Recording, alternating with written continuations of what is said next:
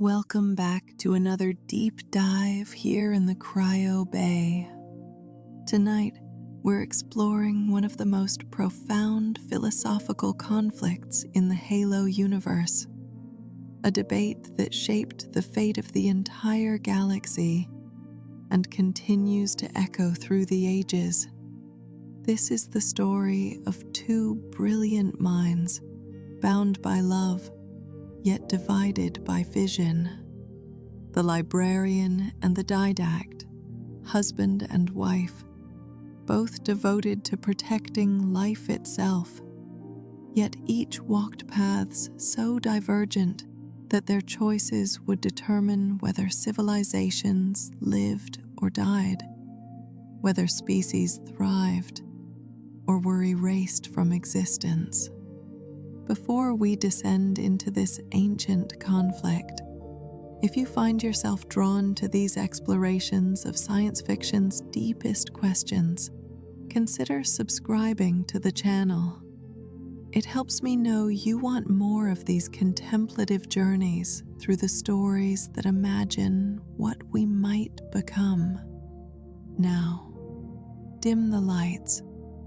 Let your mind drift back 100,000 years to an era when humanity was nothing more than a primitive species, huddling in caves, staring up at stars that held secrets they couldn't begin to comprehend. In that age, another species ruled the galaxy, with technology so advanced it would seem like magic even to us today. They called themselves Forerunners, and they believed they had been chosen to bear a sacred responsibility, a mandate called the Mantle. This was their covenant with existence itself, to protect, to nurture, to guide all living things toward their fullest potential. Among the Forerunners, two figures stood above the rest.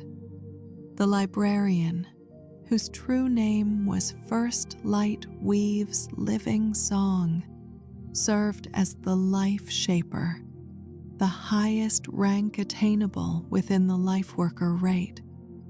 For 10,000 years, she dedicated herself to understanding, cataloging, and preserving every form of life the galaxy had produced.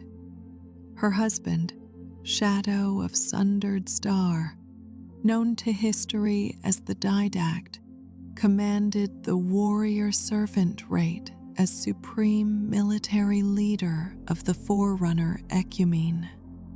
Where she saw life as something precious to be nurtured in all its beautiful diversity, he saw it as something fragile that required strength to defend. Their love for each other was genuine and deep, transcending the rigid social structures of Forerunner civilization. Theirs was an unconventional union, a marriage between two different rates, two different philosophies, two different souls who shared one burning conviction: that life mattered, that existence held meaning, and that those with power bore responsibility for those without it. Yet, as we'll discover tonight, sharing a goal doesn't guarantee agreement on how to reach it. The Librarian and the Didact would find themselves on opposite sides of decisions that would shake the foundations of their civilization, their marriage strained to the breaking point by the weight of impossible choices. What makes their story so compelling isn't simply the scale of their conflict, though entire star systems hung in the balance of their decisions. What draws us in is how recognizable their struggle remains. Here were two individuals, each brilliant, each caring, each convinced that their path would save the galaxy, and each fundamentally unable to reconcile their vision with the others. It's a conflict we see echoed in our own world, in debates about how best to protect what we value, about whether security requires sacrifice of freedom, about whether the ends can justify the means. The Didact believed in strength, in building fortress worlds that could withstand any assault, in maintaining military readiness to defend against threats through force. He saw the universe as a dangerous place where only the strong could protect the weak, where preparation and power were the price of survival. The Librarian believed in diversity, in preserving every unique expression of life, in understanding that strength came not from military might, but from the resilience born of complexity. She saw the universe as a garden requiring careful tending, where every species added something irreplaceable to the cosmic ecosystem. When an existential threat emerged, when the parasitic horror known as the Flood returned to terrorize the galaxy, their philosophical differences transformed from abstract debate into concrete policy decisions with galaxy-spanning consequences. The Didact advocated for his shield worlds, massive fortress installations that could serve as both military strongholds and refugee centers, from which precise campaigns could be waged against Flood infestations. The Librarian, understanding the limitations of conventional warfare against such a threat, reluctantly came to support the Halo Array, superweapons designed to sterilize the galaxy of all sentient life, starving the Flood by eliminating its food source. Neither wanted to use such terrible weapons. Neither envisioned the horror their choices would ultimately create. The Didact's path would lead him to madness, to the use of a machine called the Composer that digitized living beings and trapped them in mechanical bodies, robbing them of their humanity even as it supposedly saved them.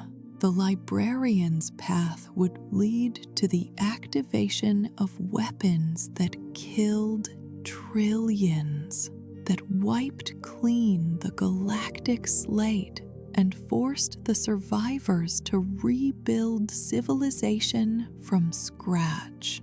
Tonight, we're going to walk through their story chronologically, watching how two noble intentions diverged into tragedy. We'll explore the mantle of responsibility that shaped their worldview, understand the philosophies that guided their actions, witness the crisis that tested their marriage, and ultimately examine the final confrontation between them.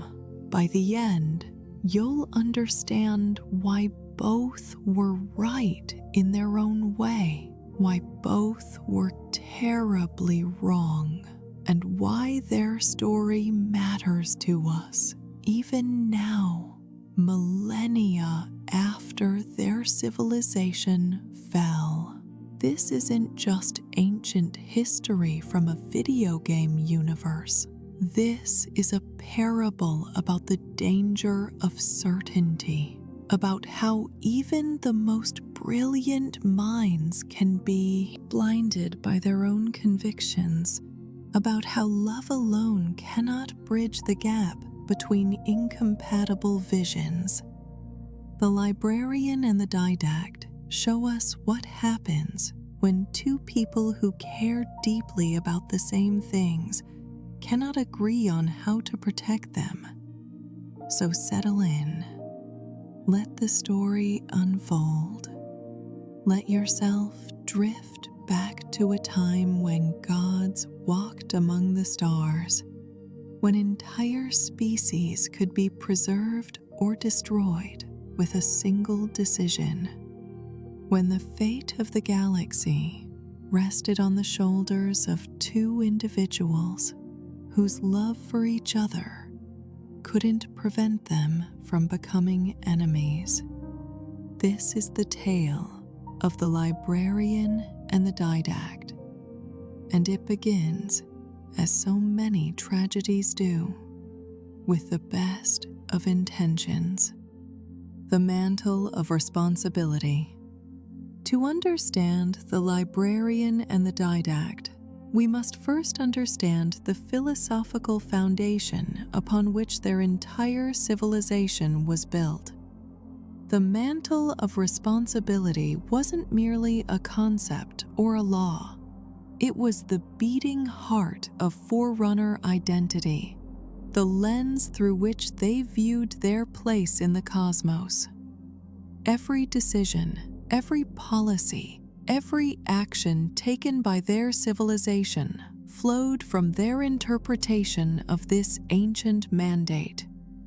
The mantle's origins stretched back beyond the Forerunners themselves, back to their creators, a species of unimaginable power known as the Precursors. These beings, existing at a technological tier that surpassed even the mighty Forerunners, had seeded life throughout the galaxy. They shaped worlds, sparked the evolution of countless species, and watched as their creations grew and developed. The Precursors saw themselves as gardeners of existence, carefully tending the great experiment of life itself. According to Forerunner mythology, passed down through millions of years, the Precursors had intended to pass the mantle to humanity. But the Forerunners, ambitious and proud, could not accept this decision. Rather than embrace their creator's judgment, they rose up in rebellion. In a war whose details have been lost to time, the Forerunners drove the Precursors to extinction, or so they believed. They claimed the mantle for themselves, declaring that they, not humanity, deserved to be the galaxy's stewards. This act of cosmic patricide would haunt the Forerunners throughout their history, though most chose not to acknowledge it. They transformed the mantle from whatever the Precursors had intended it to be into their own interpretation, a philosophy that justified their dominance while obligating them to protect and nurture other species. It was empire and stewardship combined, benevolent dictatorship elevated to religious principle. The core tenet of the mantle as the Forerunners practiced it held that the most advanced species bore responsibility for protecting all other life. This wasn't merely suggestion, it was absolute obligation. The Forerunners saw themselves as guardians appointed by fate, destiny, and their own superiority. They monitored the development of younger civilizations, intervened to prevent them from destroying themselves, relocated species to preserve them from natural disasters, and enforced peace throughout their sphere of influence, the ecumene. But within this seemingly unified philosophy existed deep fractures, different interpretations that would ultimately tear Forerunner civilization apart. The mantle was based on the concept of living time, what the Forerunners understood as the dynamic, ever-changing interaction between life and the cosmos. They believed that all experiences, both joyous and sorrowful, enriched the universe. Competition, predation, even war had their place in the natural order, as long as these forces remained balanced and didn't threaten the fundamental diversity of life. The warrior caste, the warrior servants, led by figures like the Didact, interpreted the mantle to mean that strength and military power were essential for protection. They argued that defying the Forerunners was tantamount to defying the mantle itself, since the Forerunners were the mantle's chosen bearers.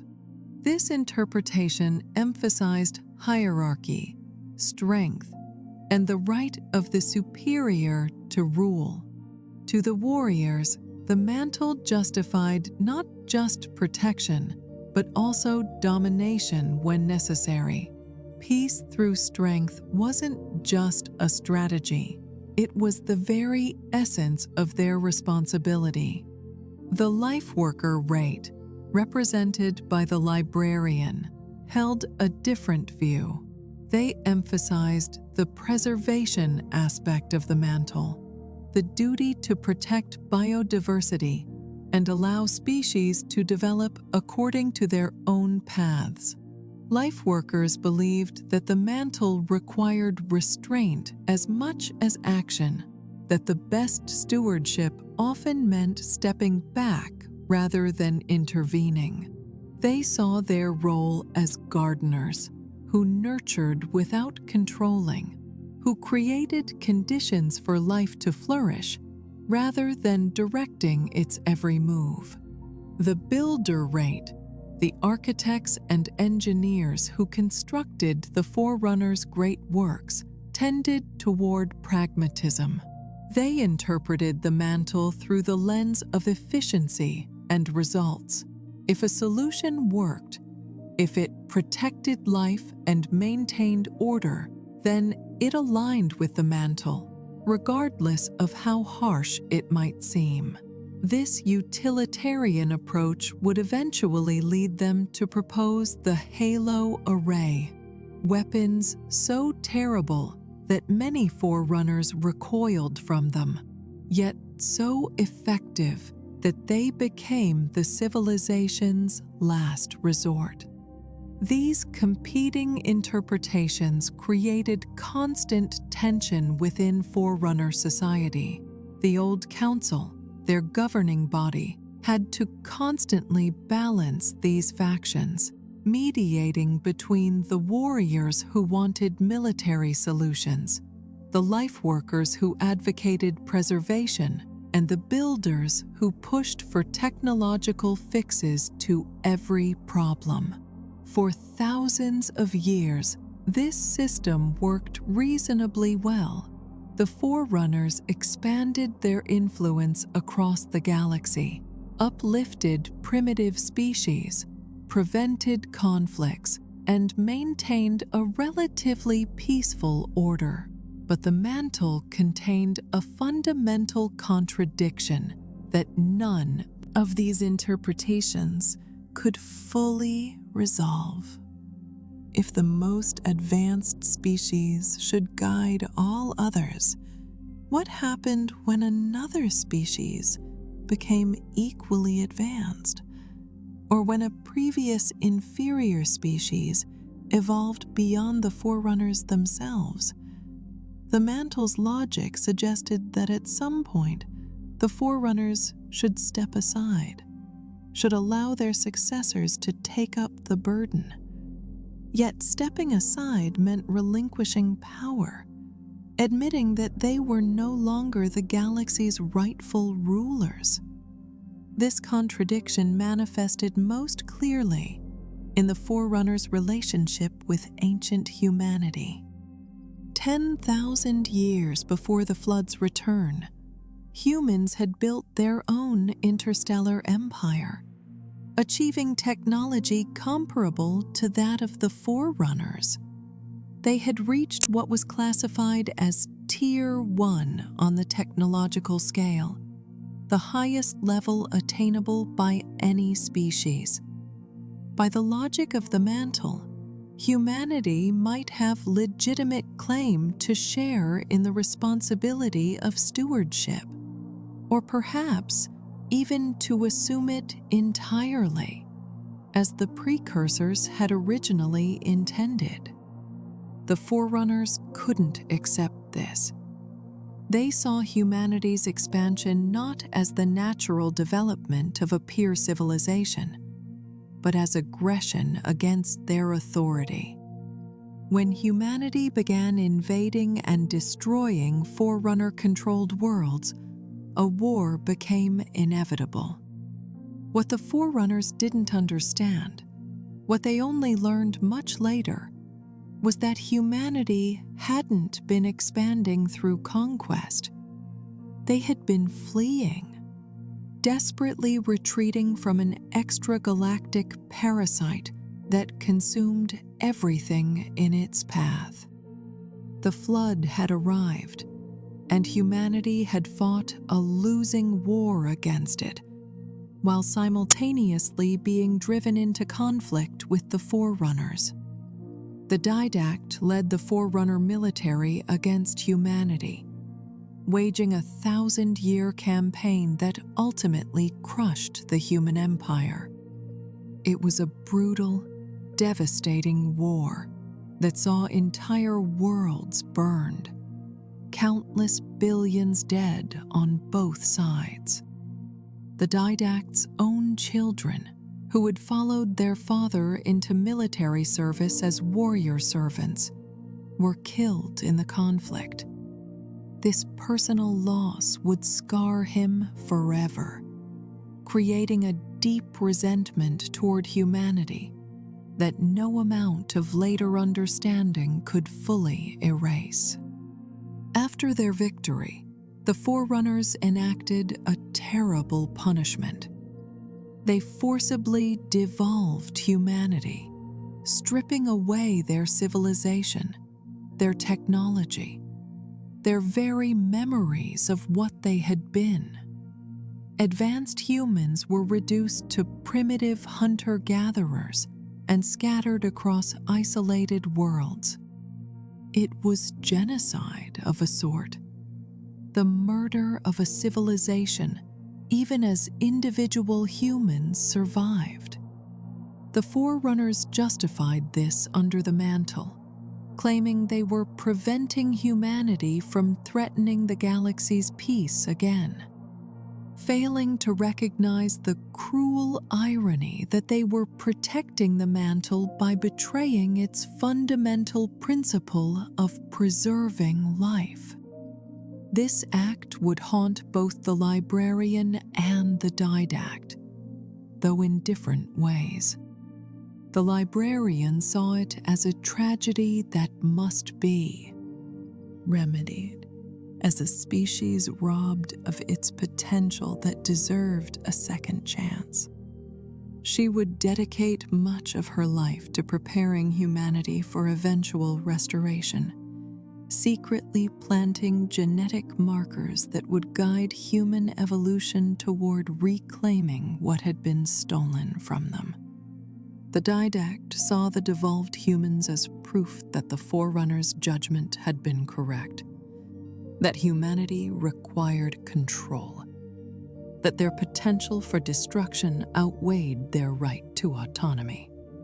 Some Forerunners questioned whether the mantle was even real, whether it was anything more than mythology the Forerunners told themselves to justify their dominance. The Librarian herself harbored doubts, sometimes viewing the mantle as beautiful fiction rather than cosmic truth. She came to believe that the mantle, rather than elevating the Forerunners, had actually contributed to their eventual downfall. The certainty it provided, the conviction that they were righteous guardians, had blinded them to their own capacity for terrible mistakes. Yet even as she doubted, she couldn't escape the mantle's influence on her thinking. The obligation to preserve life, to act as steward rather than tyrant. These principles guided her actions even when she no longer believed they came from any divine source. Perhaps that's the true nature of deeply held philosophies. They shape us, even after we've ceased to believe in their origin stories. The values become part of who we are, independent of the myths that first delivered them. As the flood threat emerged and grew, the mantle would be tested as never before.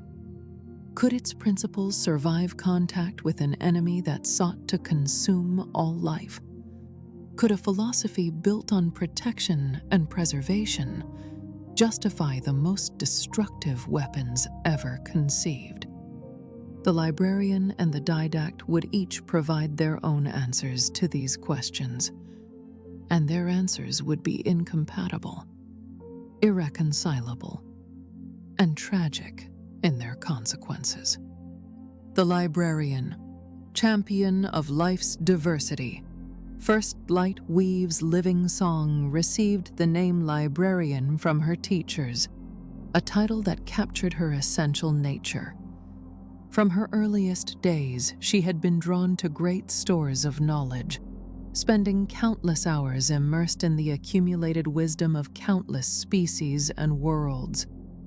But unlike scholars who merely archived information, the Librarian sought to understand the living truth behind the data, to grasp the unique essence of each form of life the galaxy had produced. Her mother had been an expert in researching and nurturing life on ice worlds, dedicating herself to understanding how organisms adapted to the most hostile environments imaginable. When her mother died while on duty, the tragedy planted seeds in young First Light Weave's living song that would shape her entire philosophy. Life was precious precisely because it was fragile, because each species represented countless generations of adaptation, survival, and evolution. To lose a species wasn't just to erase one category from a catalog, it was to delete an entire universe of possibility, a unique response to the question of how to exist.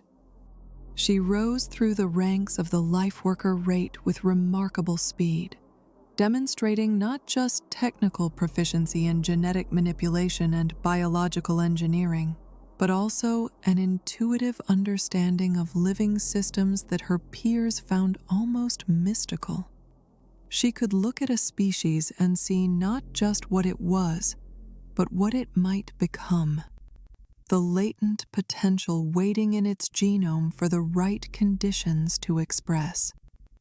This gift for foresight, for perceiving the flowing currents of living time, would become her defining characteristic. The Librarian's philosophy centered on a deceptively simple principle. Diversity equals resilience. In any ecosystem, the more varied the forms of life, the more resistant that system became to catastrophic collapse. If one species failed, others could fill the vacuum, maintaining the web of relationships that sustained the whole. She saw this principle operating not just at the planetary level, but at the galactic scale. The galaxy itself was an ecosystem, and every sentient species added something irreplaceable to its complexity. This led her to conclusions that many Forerunners found uncomfortable. If diversity strengthened the whole, then the Forerunners' tendency to control and direct other species' development was actually making the galaxy more fragile, not more secure. By imposing their vision of proper development, by preventing conflict and competition, by smoothing away the rough edges of natural selection, the Forerunners were inadvertently reducing the very resilience they claimed to protect. It was gardening taken too far, cultivation that bordered on suffocation. The Librarian's interest in humanity reflected this philosophy. Where most Forerunners saw the devolved humans as primitives whose empire had rightly been crushed, she saw a species with extraordinary potential, one that had proven capable of reaching Tier 1 technology and fighting simultaneously against both the Forerunners and the Flood. The fact that humans had developed a partial cure for flood infection, something the Forerunners themselves had failed to achieve, suggested that humanity possessed something unique, some quality of adaptability and innovation that shouldn't be allowed to vanish. She began studying humans intensively, both the devolved populations scattered across various worlds and the genetic records preserved from before their defeat. What she discovered fascinated her. Human genetics showed unusual flexibility, an ability to adapt to wildly different environments more readily than most species. Their psychological makeup balanced tribalism with universalism, creating individuals who could form tight-knit communities, while also imagining themselves as part of larger wholes. They were aggressive yet empathetic, innovative yet traditional, a bundle of contradictions that somehow worked. The Librarian came to believe that humanity represented the Precursor's original vision better than the Forerunners ever had. Perhaps this was why the ancient creators had intended humans to inherit the mantle. Not because humans were superior in technology or power, but because they possessed this peculiar balance of traits that made them ideal stewards of diversity. They were similar enough to understand other species, yet different enough to embrace variation rather than demanding conformity. This conviction led her to make a decision that would echo through the ages. She began manipulating human genetics, not to control their development, but to protect and guide it. She planted what would later be called a gayish, a set of inherited instructions that would influence human behavior and evolution over thousands of generations. These weren't crude controls that forced specific outcomes. Instead, they were gentle nudges. Probabilities shifted slightly. Certain neural pathways made more likely to develop. Specific psychological traits given subtle encouragement. Through her gayish, she created conditions that would eventually lead humans to develop crucial technologies. Advanced combat armor similar to what Forerunners had used. AI constructs that would serve as partners rather than servants. Augmentation procedures that would enhance human capabilities without destroying their essential humanity. She was preparing humanity to reclaim the mantle, giving them tools they would need, while ensuring those tools emerged from human innovation rather than Forerunner charity. The Librarian's approach to the mantle emphasized restraint and humility in ways that made her unusual among Forerunners. She acknowledged the fundamental uncertainty of existence, the impossibility of knowing with certainty what the right course of action was. This made her more flexible than many of her peers, more willing to adapt her plans as new information emerged. But it also made her seem indecisive to those who valued certainty, particularly to warriors like her husband, who needed to commit fully to a course of action once chosen. Her fascination with life extended to forms that other Forerunners found disturbing or dangerous. She maintained a private garden at her and the Didact's residence on Namdagro, filled with predators and parasites that most would have gladly seen extinct. The Didact never understood her affection for these creatures, her insistence that even dangerous life had value. To him, some things were simply threats to be eliminated. To her, even the deadliest organism was a marvel of adaptation, a solution to the survival problem that deserved study and preservation. This philosophical difference created tension in their marriage long before the flood crisis brought it to a breaking point. The Didact valued efficiency, decisiveness, fears. He strength. He saw threats and responded to them with military precision. The Librarian valued complexity, nuance, diversity. She saw ecosystems and tended them with patient care.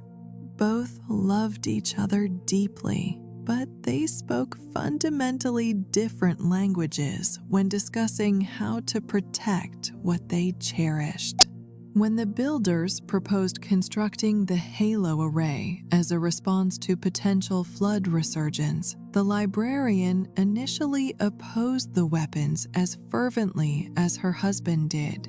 The idea of destroying all sentient life in the galaxy, even to stop the flood, seemed to violate everything the mantle represented. How could you protect life by annihilating it? The logic was insane, a cure worse than the disease. She sided with the Didact in supporting his shield world strategy instead. Massive fortresses that could serve as refugee centers and military bases from which precise campaigns could be mounted against flood infestations.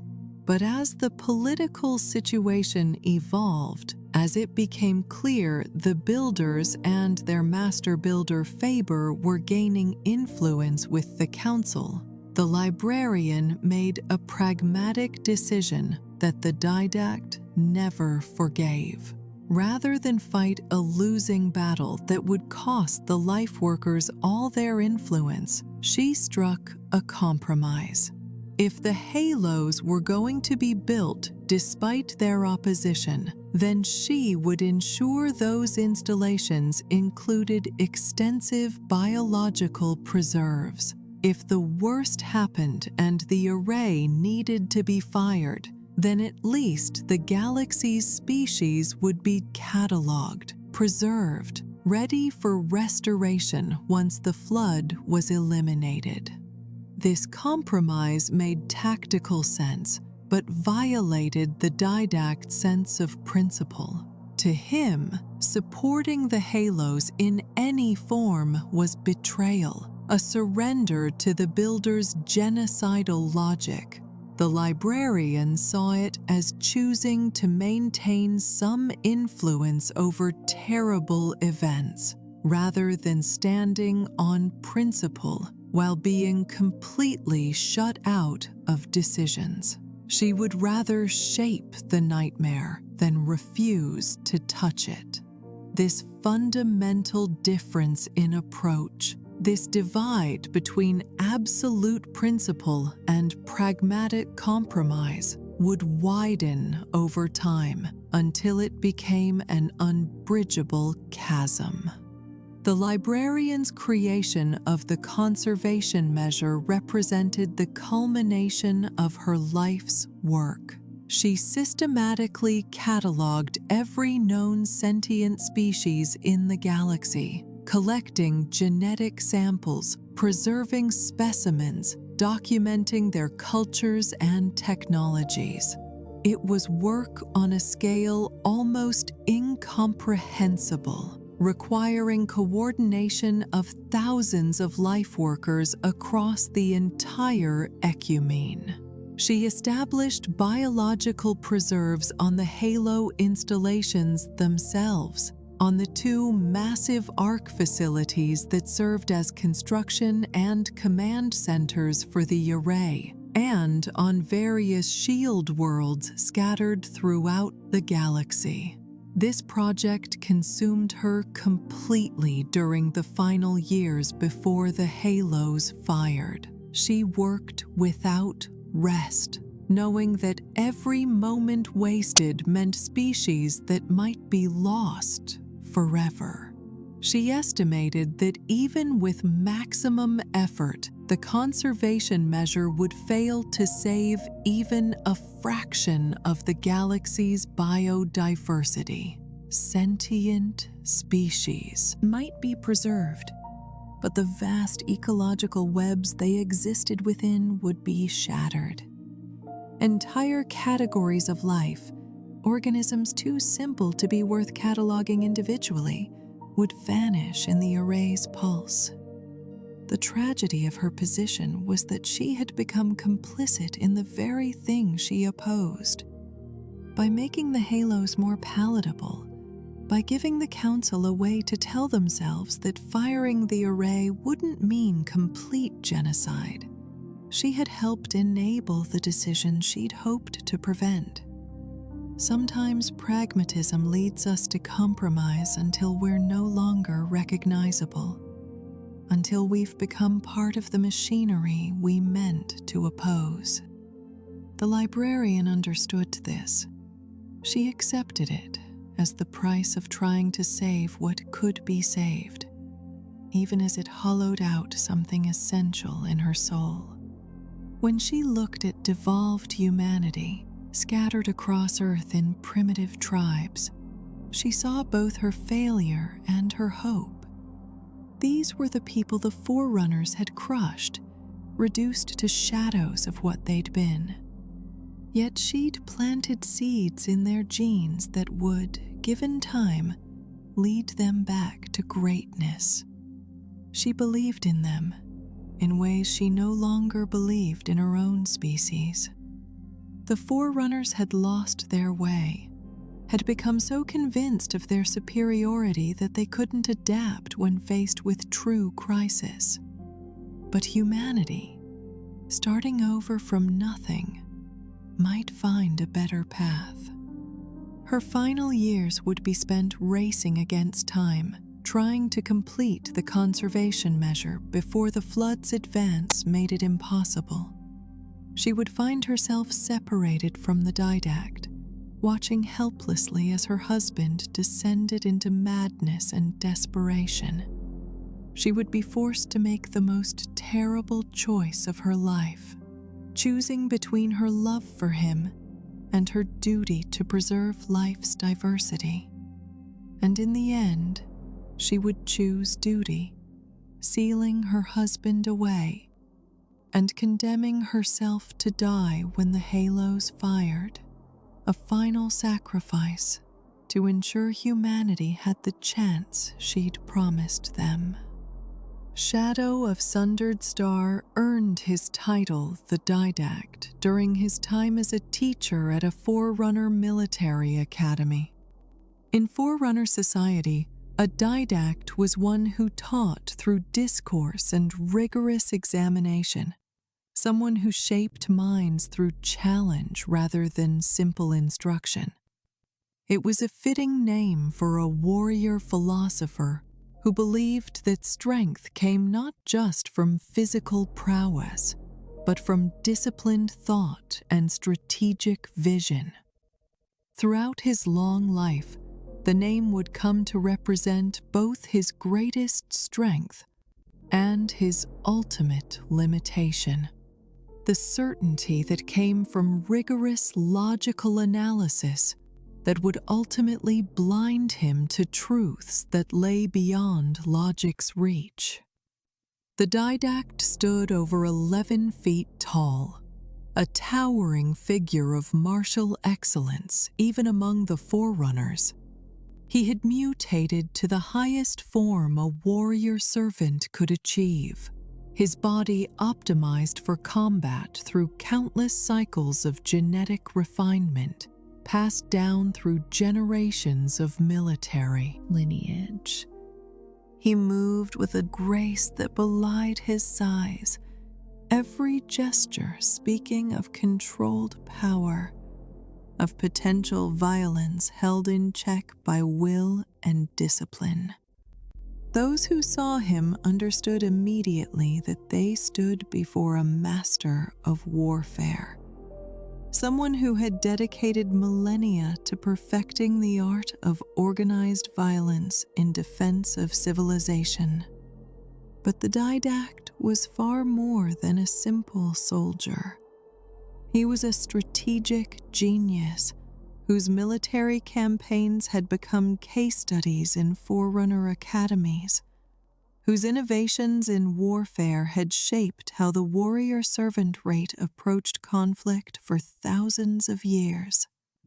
He understood war not as chaos, but as a complex problem with solutions that could be found through careful analysis, through understanding your enemy, terrain, logistics, psychology, and the countless variables that determined victory or defeat. His philosophy emerged from his experiences fighting humanity during the 1,000-Year War. He had watched human forces employ tactics of desperate creativity, adapting faster than Forerunner doctrine could respond, finding weaknesses in systems the Forerunners had assumed were impregnable. This taught him a crucial lesson.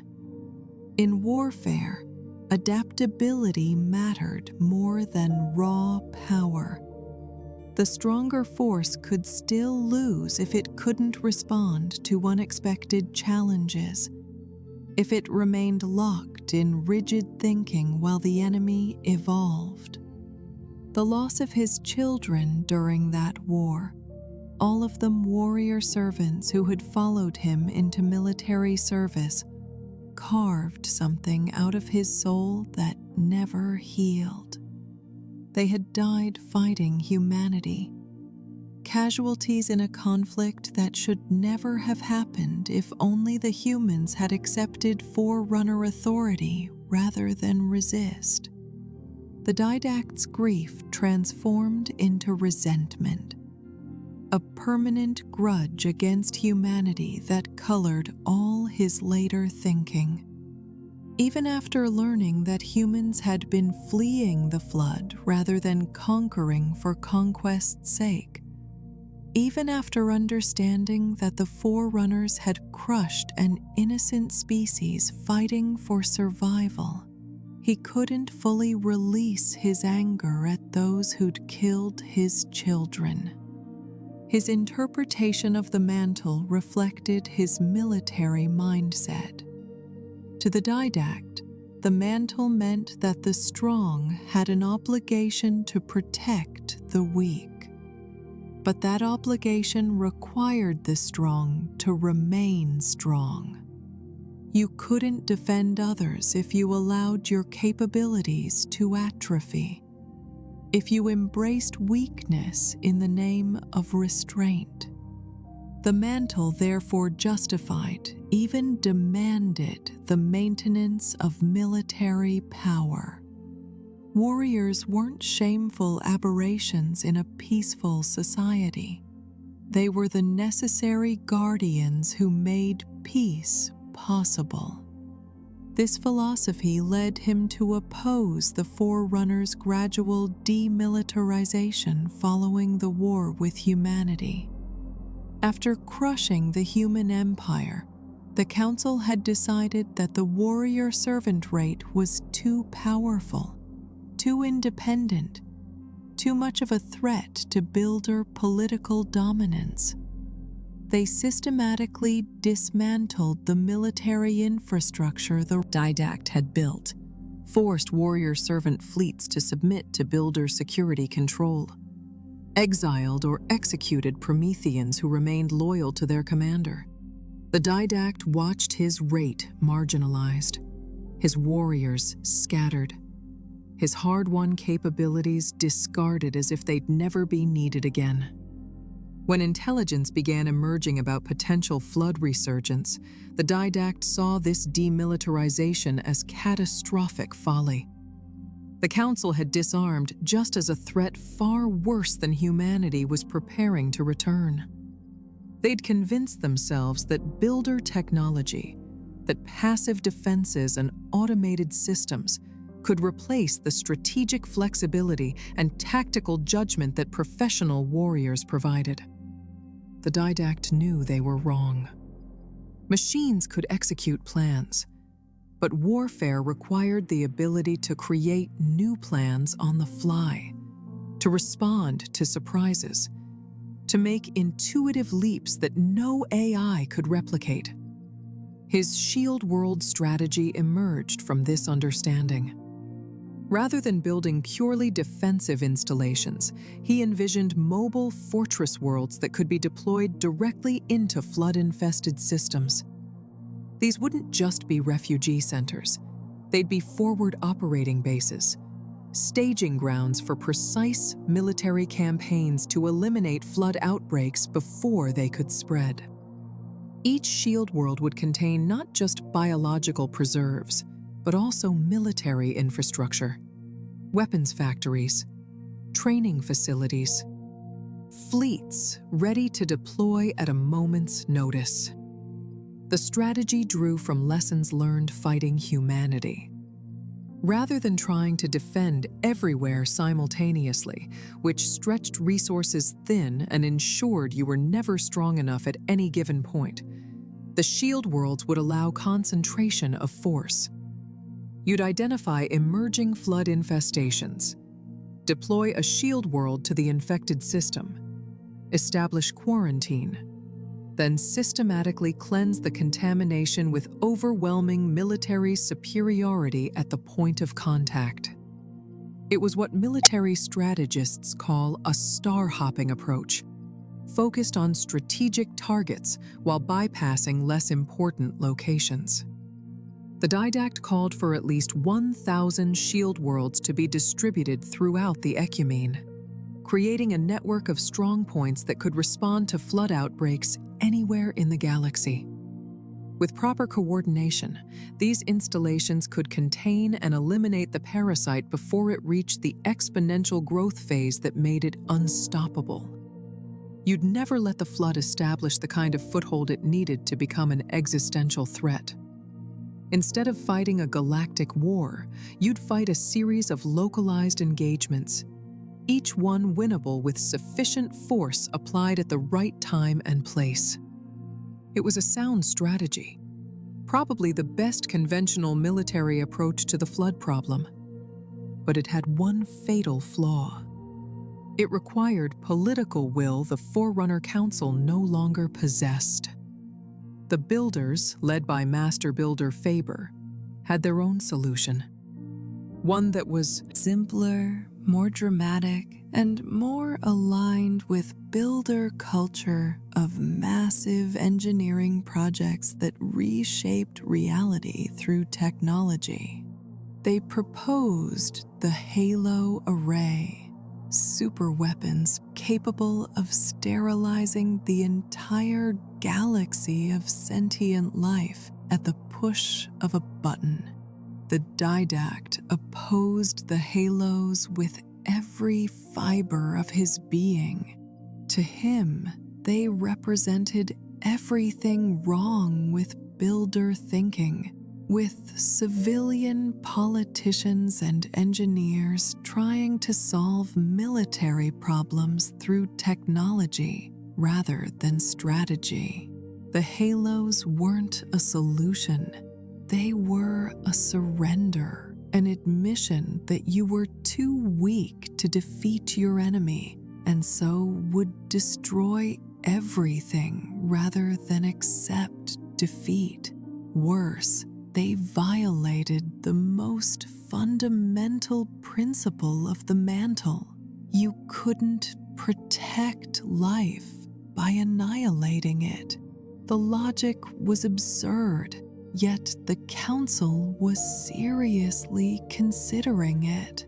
His opposition to the Halos put him in direct conflict with the Council, particularly with Master Builder Faber, who saw the array as his magnum opus, the ultimate expression of builder power and ingenuity. The political battle between them consumed years, with the Didact marshalling every argument, every piece of evidence, every strategic analysis that showed shield worlds were the superior solution. He demonstrated how the Halos would leave the Forerunners vulnerable after firing, how they'd destroy the very civilization they were meant to save, how they represented technological determinism at its most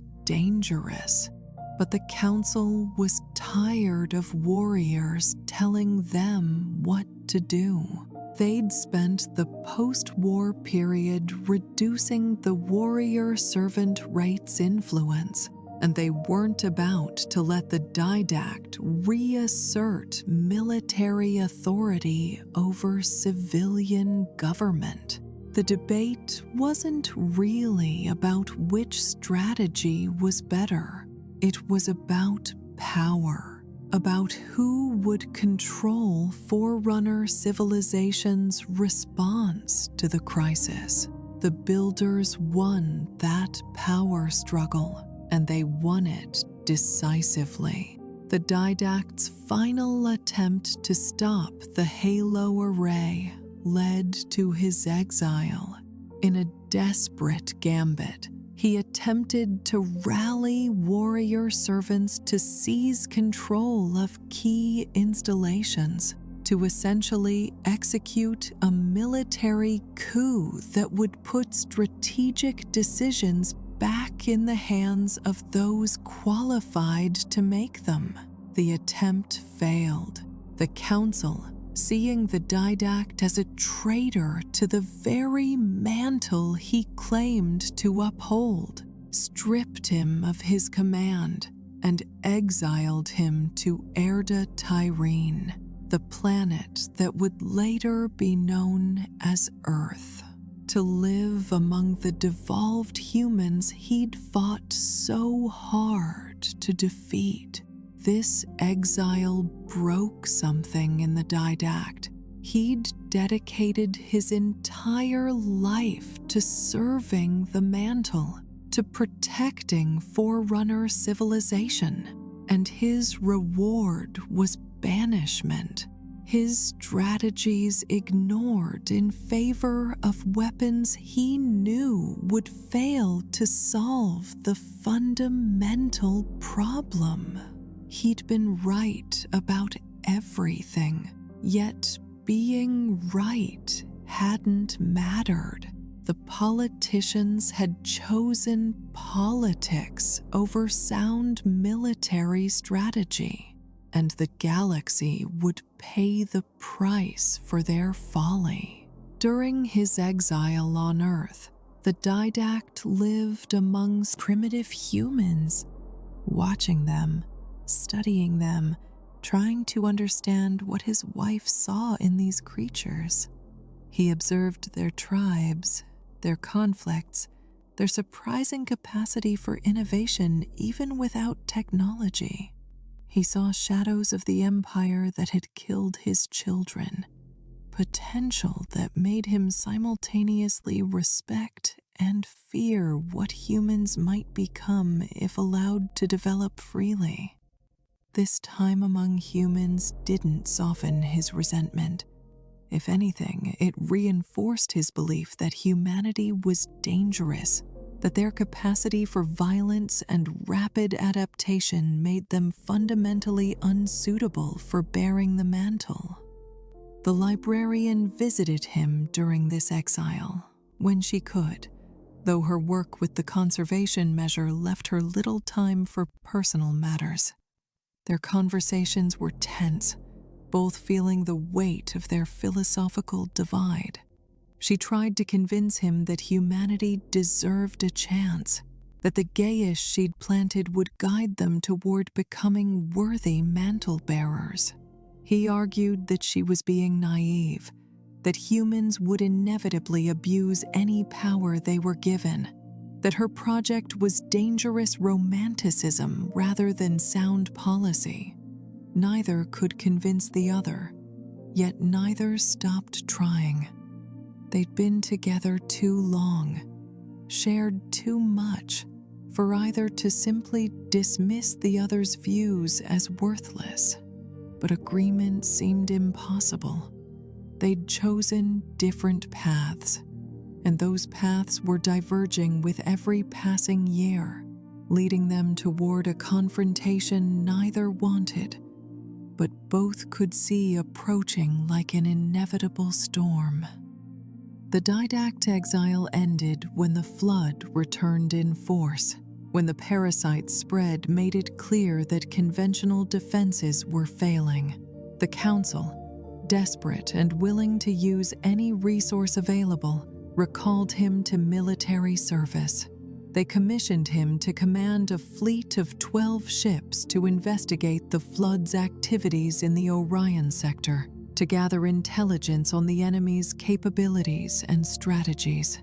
It was a mission that should have been routine reconnaissance for a commander of his experience. Instead, it became the beginning of his descent into nightmare. The flood had evolved since its last encounter with Forerunner forces. It had learned, adapted, developed strategies specifically designed to counter Forerunner tactics. The Didact's fleet was ambushed, overwhelmed, captured, and the Didact himself was delivered to the Gravemind, the flood's supreme intelligence, an entity of cosmic horror that had absorbed the memories and knowledge of billions of beings across countless civilizations. What happened next would transform the Didact from a principled warrior into something monstrous. A change so profound that the being who eventually escaped captivity was barely recognizable as the same individual who'd been captured. The Gravemind didn't simply torture the Didact's body, it invaded his mind, forced him to experience memories from the creatures the flood had consumed, showed him civilizations being devoured in exquisite detail. It engaged him in philosophical debates that lasted subjective years, arguing that the flood was actually fulfilling the mantle better than the Forerunners ever had. The Gravemind's central argument was perversely logical. The flood brought unity to all life, erasing the conflicts and divisions that caused suffering. Through consumption and integration, separate consciousnesses became part of a greater whole. Individual death was transcended through collective immortality. The flood, the Gravemind insisted, was evolution's ultimate expression, the final form that all life was destined to achieve. Fighting it was fighting the inevitable, denying existence its ultimate purpose. The Didact resisted these arguments, maintained his identity and convictions through sheer force of will. But the Gravemind was patient and infinitely cruel. It didn't need to break him completely. It just needed to plant seeds of doubt, to show him the futility of conventional warfare against an enemy that turned your every casualty into reinforcements for its own army. It needed to convince him that desperate times required desperate measures, that the mantle's principles might need to be bent, if not broken, to achieve ultimate victory. When the Didact finally escaped, after subjective centuries of torment compressed through the Gravemind's temporal manipulation into what seemed like far longer than the objective weeks that had passed, he was changed. He'd developed what the Forerunners called acute rampancy, a form of madness characterized by obsessive behavior and deteriorating judgment. But it was subtle enough that he could hide it, could convince others he was still the brilliant strategist they remembered. Only the Librarian, who knew him better than anyone, could sense that something fundamental had shifted in her husband's psyche. The Didact emerged from captivity with a new obsession: the Composer.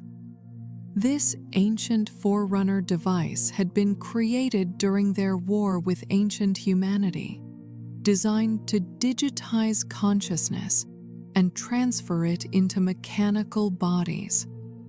The original intent had been to create warriors immune to flood infection, soldiers who could fight the parasite without risk of being turned against their creators. The technology had been abandoned because it was imperfect. The digitized minds degraded over time, losing coherence until they became little more than screaming fragments of what they'd been. But to the Didact, corrupted by his time with the Gravemind, the Composer's flaws seemed acceptable compared to the alternative of flood consumption. He convinced himself that the degradation could be solved, that given time and resources, he could perfect the technology. And if he couldn't, well, wasn't an eternity as a degraded digital consciousness still preferable to being absorbed into the flood's collective? At least the Composer preserved some echo of individual identity, some shadow of what you'd been. He began secretly gathering resources to implement his plan, using his restored authority and the chaos of the escalating flood war to hide his activities. He intended to compose the populations of entire worlds threatened by flood infection, storing their digitized consciousnesses in massive databanks while their bodies were burned to prevent flood assimilation. Later, after the war, he'd restore them to new bodies, artificial perhaps, but at least immune to the parasite. The plan was monstrous in its logic, a violation of everything the mantle represented. You couldn't protect life by destroying it and storing digital copies. The Composer killed the original person, replacing them with something that might have their memories and thought patterns, but wasn't actually them. It was genocide dressed up as salvation, the kind of twisted reasoning that emerged when you'd been shown too many horrors, when you'd been broken by forces beyond human or even Forerunner comprehension. When the Didact finally implemented his plan, using the Composer on populations sheltering on Omega Halo, one of the array installations, the scale of the atrocity horrified even other Forerunners who'd grown numb to war's necessities. He'd composed over 1 million humans, the descendants of those who'd been devolved after their empire's fall, people the Librarian had been carefully protecting and nurturing. These weren't enemy combatants or flood biomass. They were refugees, innocents seeking shelter, and the Didact had reduced them to digital ghosts, trapped in mechanical frameworks that couldn't sustain their consciousness. The Librarian learned of this atrocity and understood immediately what it meant. Her husband was gone. Whatever the grave mind had done to him, whatever had happened during his captivity, the being wearing the Didact's form was no longer the warrior philosopher she'd married. He'd become exactly what he'd always fought against. Someone willing to sacrifice the mantle's principles for the illusion of security. Someone who'd convinced himself that the ends justified any means, no matter how horrific. She began making preparations for what she knew had to happen next. She would have to stop him herself. She would have to choose between her love for the man he'd been and her duty to preserve the life he was now destroying. And she would have to do it knowing that stopping him might mean killing him, or worse, imprisoning him for eternity, condemning the love of her life to solitary confinement while the galaxy burned and eventually healed without him. The warrior's path, which had begun with noble intentions, with genuine desire to protect civilization through strength and strategic brilliance, had led to this: a broken mind willing to commit atrocities, convinced that his methods were justified by the threat they faced. The Didact had become a cautionary tale about what happens when certainty hardens into dogma, when conviction becomes fanaticism, when the will to protect transforms into the capacity to destroy anything that doesn't submit to your vision of salvation. A marriage of opposites. Before they were icons of divergent philosophies, before their names became synonymous with galactic-scale tragedy, the Librarian and the Didact were simply two people who'd found something precious in each other. Their marriage was unconventional by Forerunner standards, a union between different rates that violated social expectations about appropriate partnerships. Warrior servants typically married within their own caste, as did life workers, maintaining the genetic purity and specialized adaptations that defined each rate. But the Librarian and the Didact refused to let convention dictate their hearts. They'd met during the war with ancient humanity, their paths crossing when the Librarian had accompanied a diplomatic mission attempting to negotiate peace before the conflict escalated into total war. The Didact had been skeptical of diplomacy, convinced that only strength would make the humans respect Forerunner authority. But he'd been struck by the Librarian's combination of idealism and pragmatism, her ability to acknowledge harsh realities while still maintaining hope that better outcomes were possible.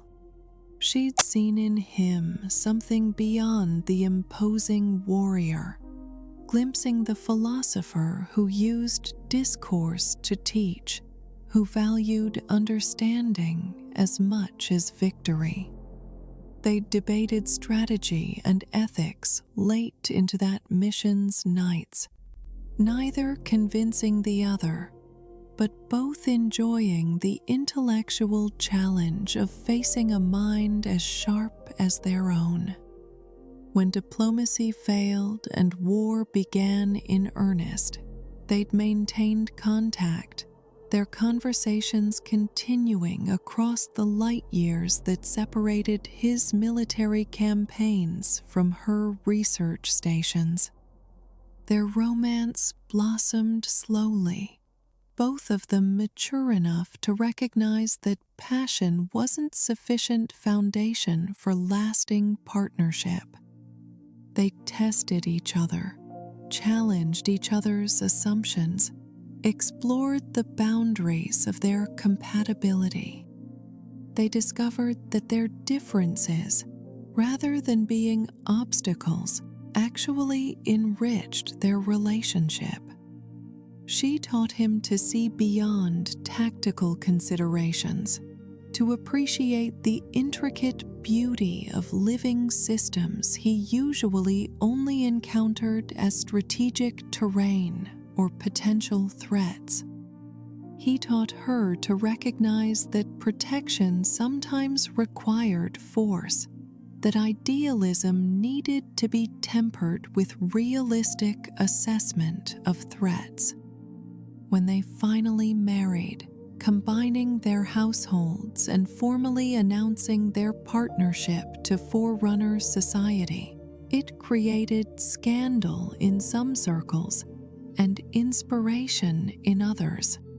Here were two individuals from different castes who'd found common cause despite their differences, who demonstrated that the rigid rate system didn't have to completely dictate personal connections. Their marriage became a symbol of possibility, proof that Forerunners could transcend the social structures that sometimes seemed more constraining than empowering. They'd had children together, and this was where their marriage had been at its strongest. Raising offspring created shared purpose that bridged their philosophical differences. They delighted in watching their children develop, in guiding them toward productive roles in Forerunner society. Most of their children had chosen to become warrior servants like their father, drawn to military service by his example and their own genetic inclinations toward that path. The deaths of those children during the war with humanity had shattered something in their marriage that never fully healed. The librarian mourned them as any parent would, but she also saw their deaths as tragedy intensified by the war's essential pointlessness. If only the Forerunners had understood that humanity was fleeing the flood rather than conquering for conquest's sake. If only diplomacy had been given more chance to work, perhaps their children would still be alive. The Didact couldn't see it that way. To him, their children had died as warriors should, in defense of civilization against a legitimate threat. Questioning whether the war was justified felt like dishonoring their sacrifice. This fundamental disagreement about how to interpret their shared grief created distance between them. They still loved each other, still found comfort in each other's presence, but a shadow had fallen across their intimacy. They'd become more careful around each other, editing their words to avoid reopening painful wounds, which meant they were no longer fully honest with each other, which meant trust began to erode in ways both subtle and profound. Their residence on Nam Dogro had reflected their blended philosophies. The Didact had insisted on defensive fortifications and strategic positioning, ensuring their home could withstand assault if necessary. The Librarian had filled it with gardens and biological specimens, creating spaces of beauty and life within the warrior's fortress. The juxtaposition should have been harmonious, strength protecting delicacy, life softening martial severity. Instead, it became metaphor for their growing inability to integrate their worldviews. They'd argued about the garden she maintained, the one filled with predators and parasites. The Didact saw it as foolish, bringing dangerous organisms into their home where they served no purpose beyond satisfying her curiosity. She saw his objection as confirmation that he'd lost the ability to appreciate life for its own sake, that he'd reduced everything to categories of useful or threatening.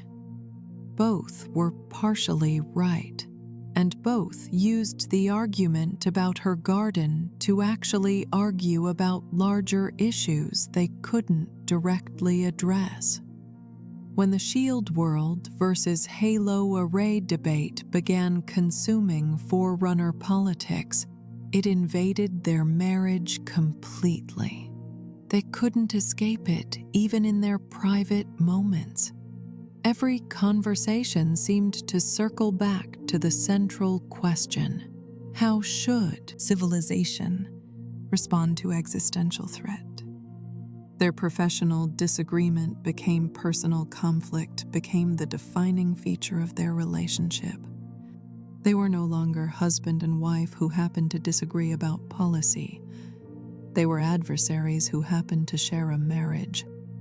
The Librarian's decision to compromise with the builders, to support Halo construction in exchange for biological preserves on the installations, felt like betrayal to the Didact.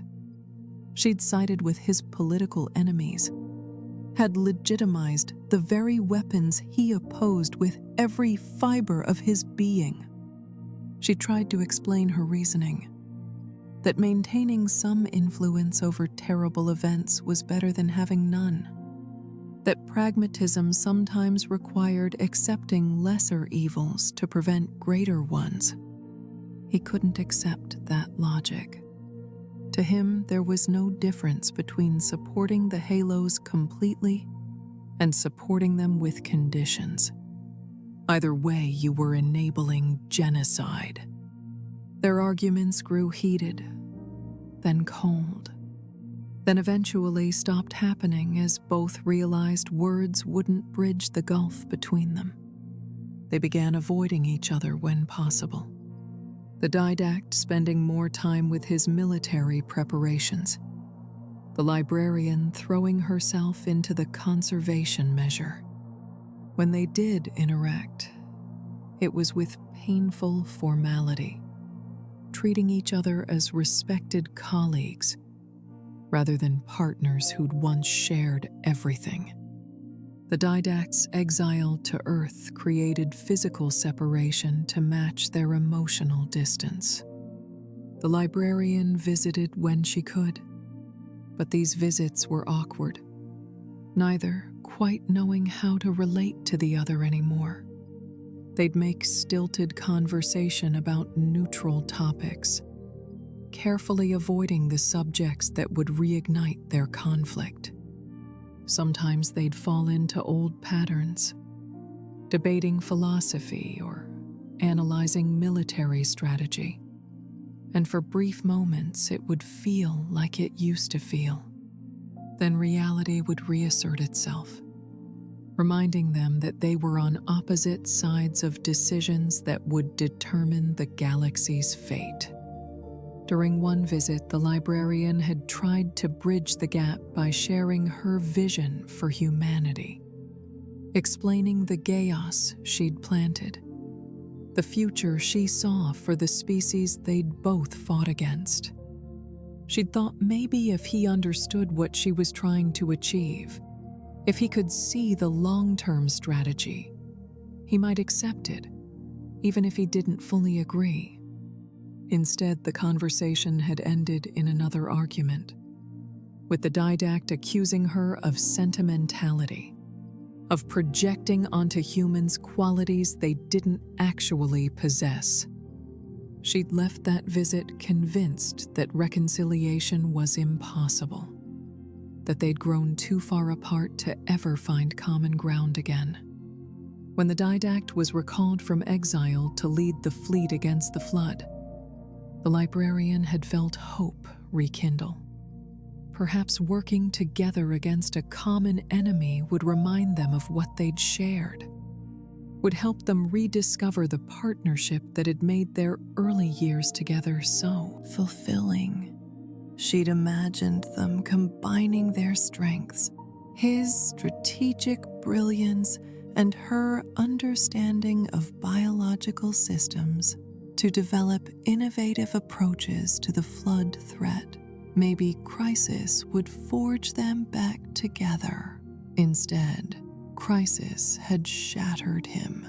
When she learned he'd been captured by the flood, the Librarian had dropped everything, had organized rescue missions, had used every resource at her disposal to locate and extract him. For those weeks while he was missing, she'd realized how much she still loved him, despite everything that had divided them. The thought of losing him permanently had been unbearable. She'd promised herself that if he came back, she'd find a way to make their marriage work, would compromise more, would accept their differences rather than fighting to change his mind. But the being who returned from flood captivity wasn't her husband. She could see it immediately, though he tried to hide the changes. His mannerisms were subtly off, his speech patterns slightly altered, his eyes holding something that hadn't been there before, a quality she couldn't quite name but recognized as wrong. She'd tried to reach him, to understand what he'd experienced, but he'd shut her out, claiming he needed time to process his ordeal before he could discuss it. When she learned about the composer, about what he'd done to those million humans on Omega Halo, she'd felt her heart break in a way that was almost physical. This was it. This was the end of what they'd been. She couldn't pretend anymore that they simply had different philosophical approaches. He'd crossed a line that made him dangerous, made him someone she had to stop, rather than someone she could debate with. The man she'd married would never have committed such an atrocity. That man was dead, and the grave mind had created something else wearing his form. Her final confrontation with him, when she tracked him to Requiem and sealed him inside a cryptum, was the hardest thing she'd ever done. She'd looked into his eyes and seen confusion there, genuine bewilderment that she would oppose him so completely. He'd believed he was doing what was necessary, couldn't understand why she didn't see that the composer was the only way to save sentient life from flood assimilation. His certainty, his absolute conviction that he was right, made him more dangerous than any enemy she'd ever faced. As she activated the cryptum that would hold him in stasis for thousands of years, she'd whispered words he probably couldn't hear. "I'm sorry. I love you. But I cannot let you destroy what I've spent my life protecting." Then she'd sealed the prison, leaving him suspended between life and death, while she returned to a galaxy, preparing to fire weapons that would kill her, along with everything else. Their marriage, which had begun with such promise, with two brilliant minds finding partnership across the boundaries of caste and convention, ended with imprisonment and death. It stands as testament to how even the deepest love cannot survive fundamental incompatibility of vision, how even the strongest partnerships can be destroyed by certainty, by each party becoming so convinced of their rightness that they lose the ability to truly see the other. The Librarian and the Didact loved each other until the end, but love alone couldn't save them from the tragedy their divergent philosophies created. The Keep early warning signs were easy to dismiss. Isolated colonies going silent, strange sensor readings from the galactic periphery, reports of biological contamination on remote installations. The Forerunners had defeated the flood before, or so they believed. They'd driven the parasite beyond the edges of the galaxy, established quarantine protocols, maintained monitoring systems. Surely they'd detect any resurgence before it became serious. This assumption, this comfortable belief that past victory guaranteed future security, was itself a vulnerability. The flood had learned from its previous defeat. It had spent millennia planning its return, observing Forerunner society through means the monitoring systems couldn't detect, identifying weaknesses in defensive doctrine and political structure. When it finally struck, it did so simultaneously in multiple sectors, overwhelming local defenses before the Forerunners could coordinate a response. The initial flood forms seemed almost primitive, simple infection forms and combat forms, similar to what Forerunner forces had encountered in the previous war. But this was deliberate misdirection. The flood was holding back its more advanced capabilities, allowing the Forerunners to believe they understood the threat's scope. By the time the grave mines began appearing, coordinating flood strategy across multiple systems with terrifying intelligence, the infestation had spread far beyond what could be contained through conventional military means. The Didact, still in exile on Earth when the crisis began, had watched with growing frustration as the Council fumbled its response. They were treating each outbreak as an isolated incident, rather than recognizing the coordinated strategy behind the attacks. They were deploying forces piecemeal, allowing the flood to defeat them in detail, rather than concentrating sufficient strength to achieve decisive victories. Every mistake he'd warned against, every error that proper military leadership would have prevented, was being committed in real time while he sat powerless on a primitive world. When the Council finally recalled him, authorizing him to take command of a reconnaissance fleet, he'd felt vindicated. They needed him after all. Despite their political maneuvering, despite their preference for builder solutions over warrior servant strategies, reality was forcing them to acknowledge that wars required warriors to fight them. He'd departed Earth determined to prove that shield worlds combined with proper military doctrine could contain the flood before it reached truly threatening proportions. His capture and torture by the Gravemind changed everything. When word reached the Librarian that the Didact's fleet had been lost, that intelligence suggested he'd been taken alive by the flood. She'd experienced cascading waves of horror. She knew what the flood did to captured enemies, how it absorbed their knowledge and memories, using them to enhance its strategic capabilities. But she also knew the Didact's mental discipline, his strength of will. If anyone could resist the flood's psychological assault, surely it would be him. She'd been wrong.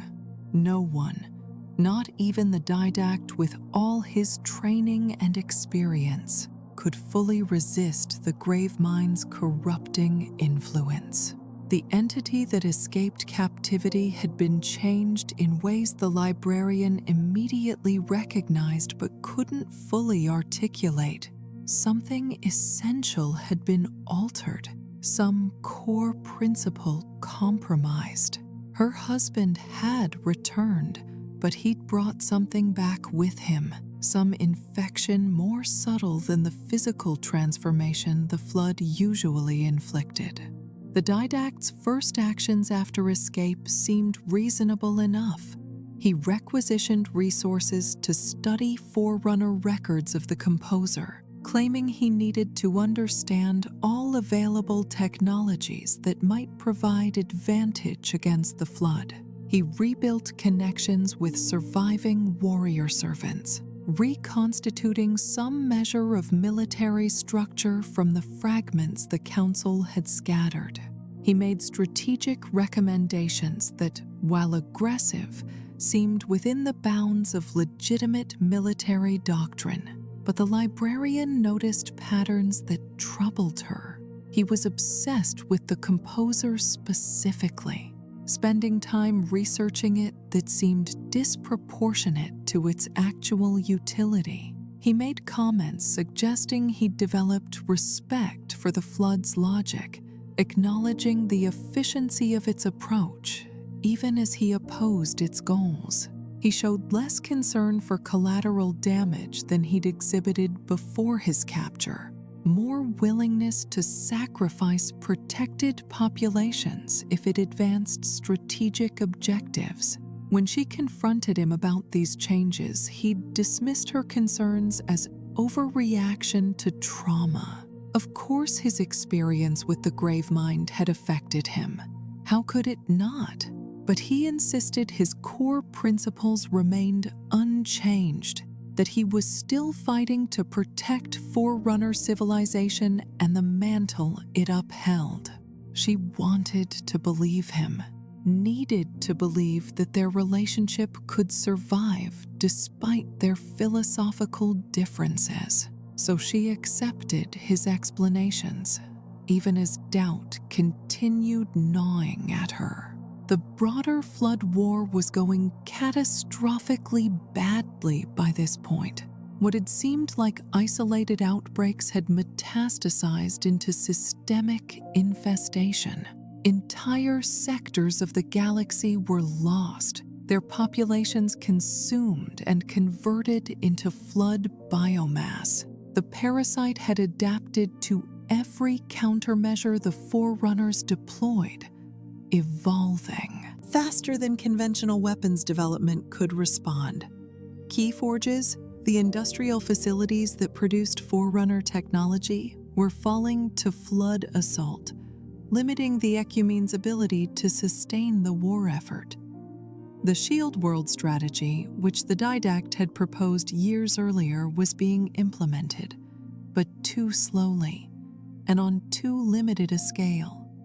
The Council had authorized construction of only a few dozen rather than the 1,000 the Didact had recommended. These installations were proving effective at the local level, providing refugee centers and staging bases just as he'd envisioned. But there weren't enough of them, and the Flood was learning to avoid systems where shield worlds had been deployed, focusing its expansion on regions left undefended by the insufficient number of installations. The Halo array was nearing completion.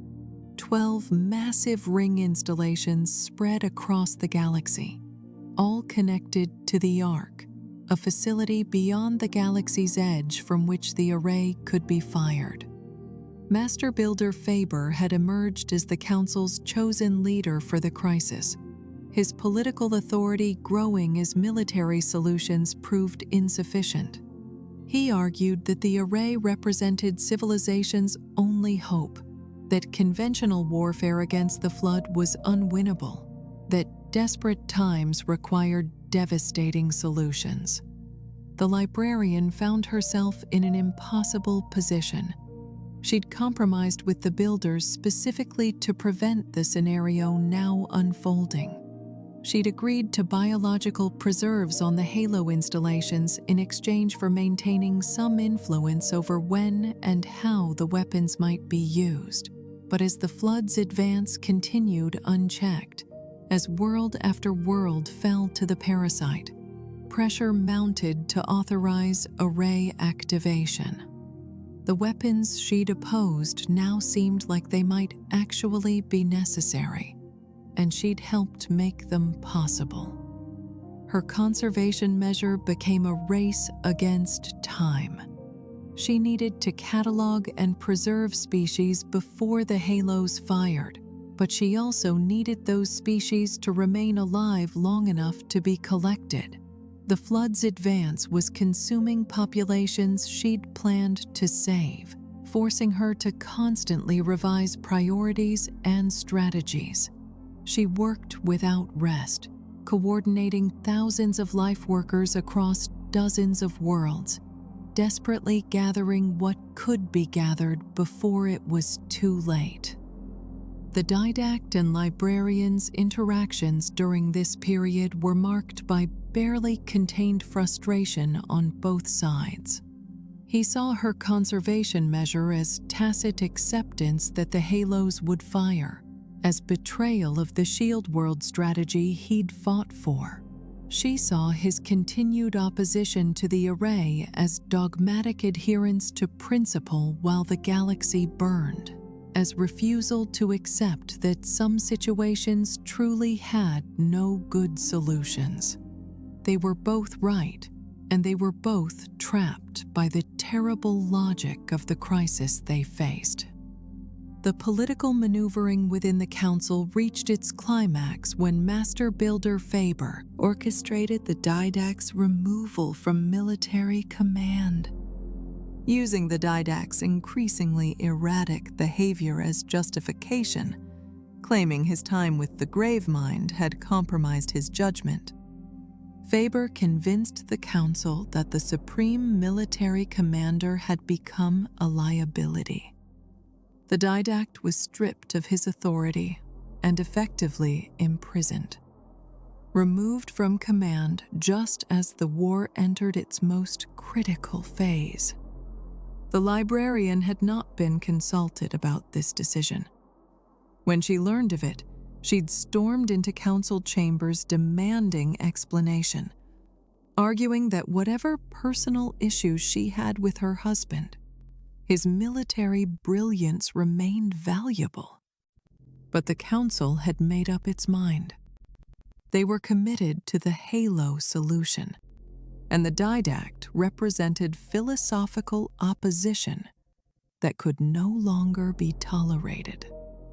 If he wouldn't support the path they'd chosen, he'd be removed from any position where he could interfere with it.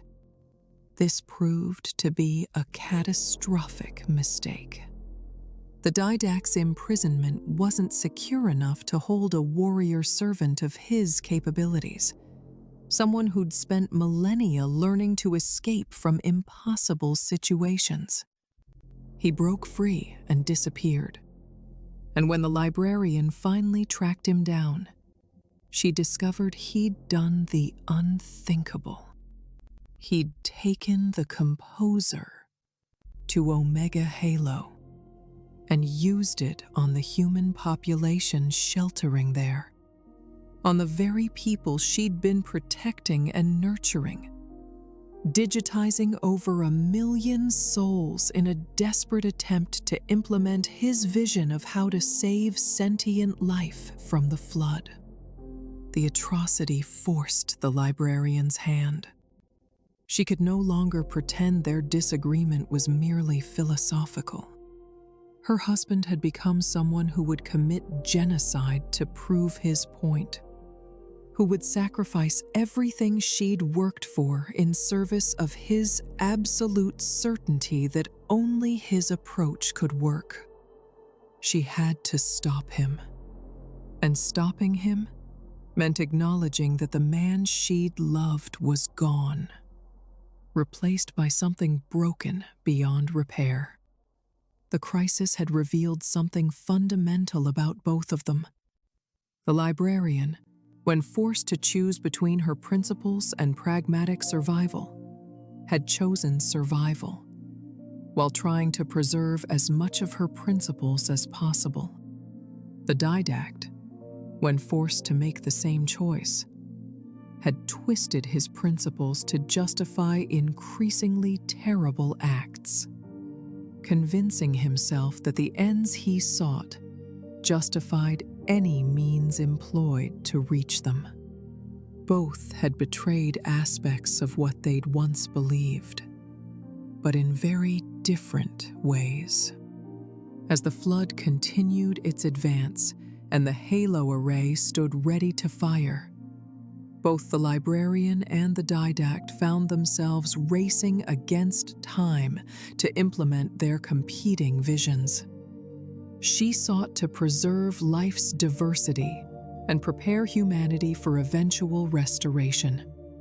He sought to compose populations and store them digitally, creating an army of Promethean warriors immune to flood infection, who could continue fighting after the Forerunners themselves were gone. Their divergent designs for sentient life were about to collide in a final confrontation that would echo through the ages. Descent into madness, the Didact's transformation. The weeks the Didact spent in the Gravemind's custody left scars that would never heal. Physical torture would have been preferable to what he actually endured. The Gravemind didn't want to break his body. It wanted his mind, his knowledge, his strategic brilliance. It wanted to understand how the greatest military commander in Forerunner history thought, how he analyzed problems, how he found weaknesses in seemingly impregnable defenses. And it wanted to convince him that everything he'd fought for was futile, that the flood represented evolution's inevitable endpoint, that resistance was the act of a species too primitive to recognize its own obsolescence.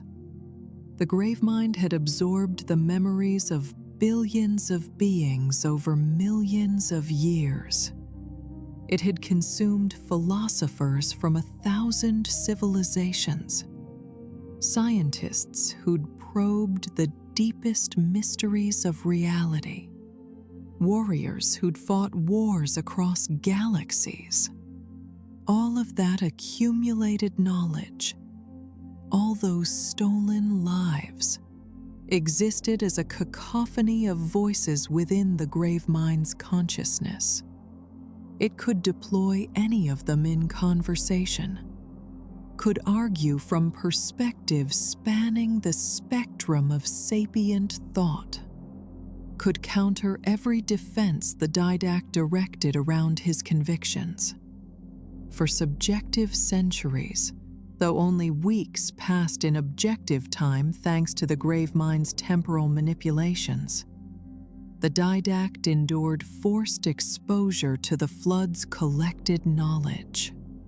He was made to experience memories of civilizations being consumed, not as abstract events, but as lived experience. He felt the terror of individuals as infection forms burrowed into their bodies. He experienced the violation of consciousness being absorbed into the collective. He watched worlds fall not from strategic distance but from ground level, seeing every horrifying detail. The Gravemind's goal wasn't simply to traumatize him. Trauma was just the mechanism for breaking down mental defenses so that its actual message could penetrate. That message was seductively logical. Individuality causes suffering. Separate consciousnesses compete for resources, creating conflict. Different perspectives generate misunderstanding, leading to war. But in the Flood's unity, all these problems dissolved. Competition ceased when all beings served a single purpose. Misunderstanding vanished when all minds shared the same thoughts. The Flood didn't destroy life, the Gravemind argued. It perfected it, elevating existence from the chaos of separated awareness to the harmony of collective consciousness. The Didact resisted with every technique his warrior servant training had provided. He maintained his identity through endless repetition of core memories, anchoring himself to who he'd been. He countered the Gravemind's arguments with Forerunner philosophy, with the logic of the mantle that justified protecting diverse life rather than absorbing it into undifferentiated unity.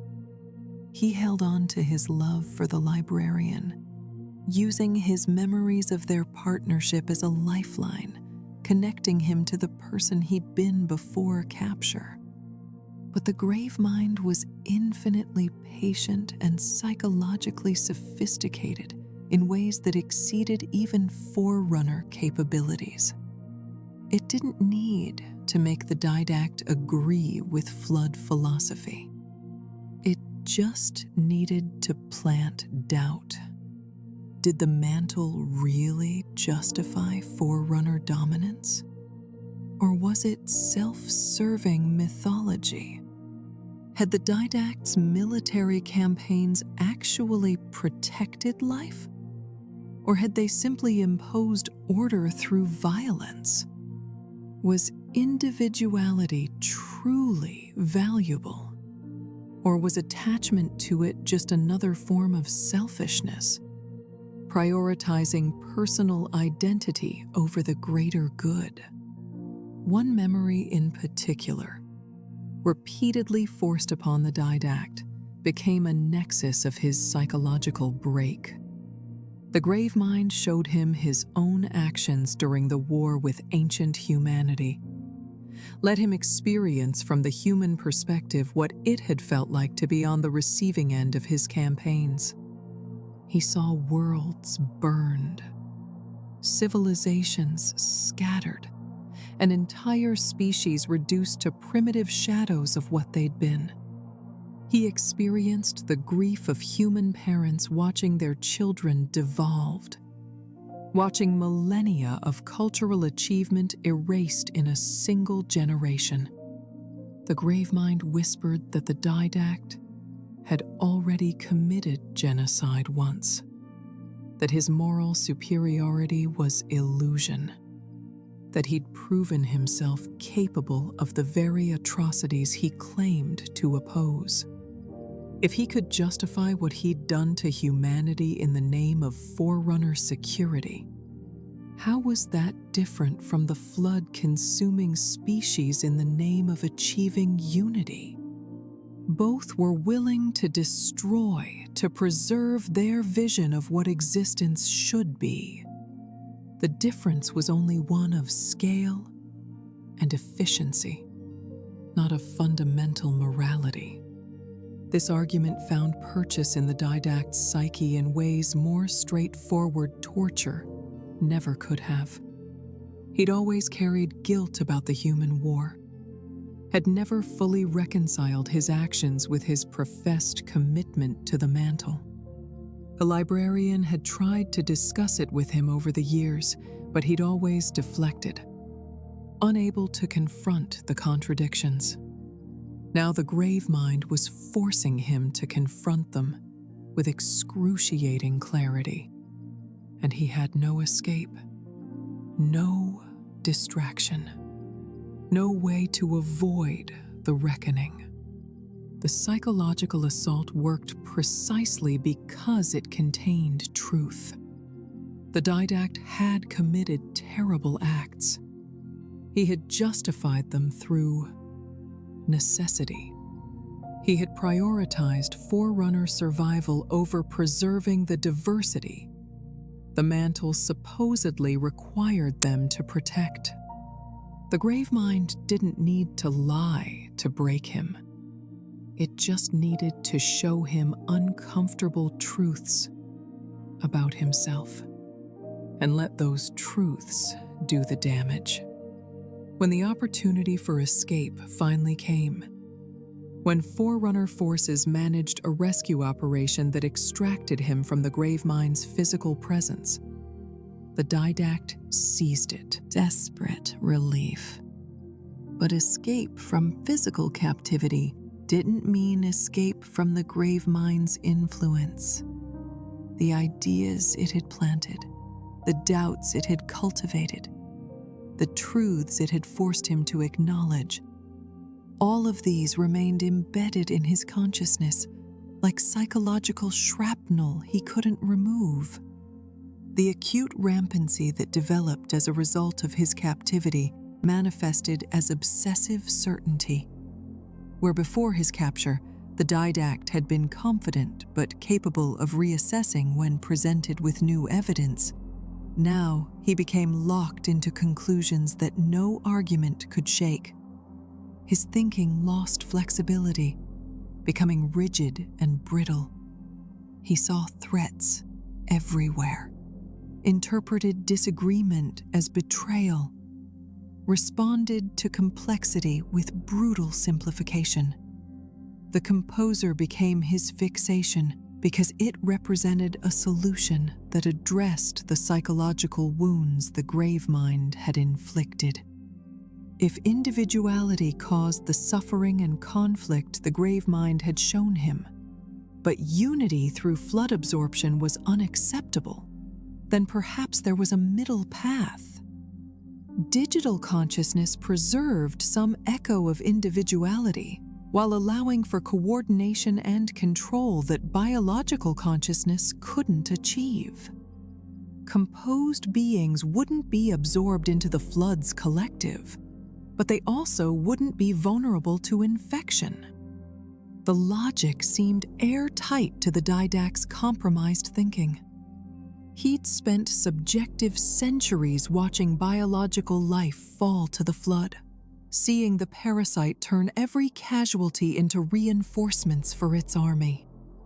The fundamental problem with fighting the flood conventionally was that you couldn't win a war of attrition against an enemy that grew stronger with every one of your defeats. But if you composed your own populations before the flood could reach them, you denied the parasite its food source while preserving the individuals in a form immune to infection.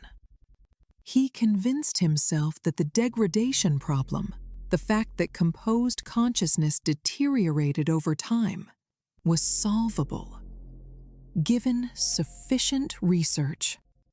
Given access to the composer and test subjects, he could refine the process until it preserved consciousness indefinitely without degradation. The fact that previous attempts had failed didn't mean success was impossible. It just meant the technology needed more development, and development required resources and test subjects, and most importantly, time that was rapidly running out as the flood advanced. The Didact's return to Forerunner space came with a carefully constructed facade of normality. He knew that if others recognized how much he'd changed, if they understood the depth of his obsession, they'd remove him from any position of authority. So he hid his rampancy behind the strategic brilliance everyone expected from him. He made tactical recommendations that seemed reasonable. He participated in council meetings with appropriate deference to civilian authority. He acted, in short, like the Didact everyone remembered. Only the Librarian saw through the performance. She'd known him too long, understood him too deeply for him to successfully deceive her. She saw the subtle wrongness in his mannerisms, the obsessive quality in how he discussed certain topics, the way he'd become unable to entertain alternatives to his preferred solutions. She tried to help him, tried to understand what he'd experienced and help him process it. But he shut her out, constructed walls around his inner experience that she couldn't penetrate. Her failure to reach him, to help him heal from whatever the grave mind had done to him, became one of her deepest regrets. She would wonder for the rest of her life whether she could have prevented what came next if only she'd tried harder, been more persistent, refused to accept his deflections. But the truth was probably simpler and sadder. He was already too far gone by the time he escaped. The grave mind had broken something essential in his psyche, and that kind of damage couldn't be undone through conversation, no matter how loving or well-intentioned. The Didact's acquisition of resources for his composer project required careful maneuvering. He couldn't simply requisition what he needed through official channels. The council would have denied requests for access to a technology that had been banned due to its horrific effects on test subjects.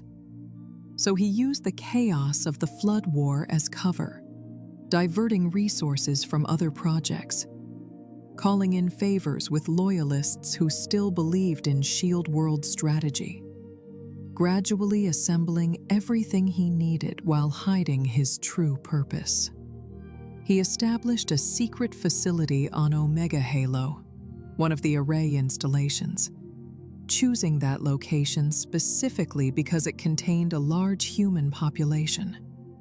The Librarian had relocated thousands of devolved humans there as part of the conservation measure, believing the Halo's isolation would protect them until she could complete her work and reseed them on Earth after the array fired. The Didact saw these humans as convenient test subjects, a population large enough to provide meaningful data about whether the composer could work at scale. The moral calculus that led him to view these people as expendable would have horrified the Didact from before his capture.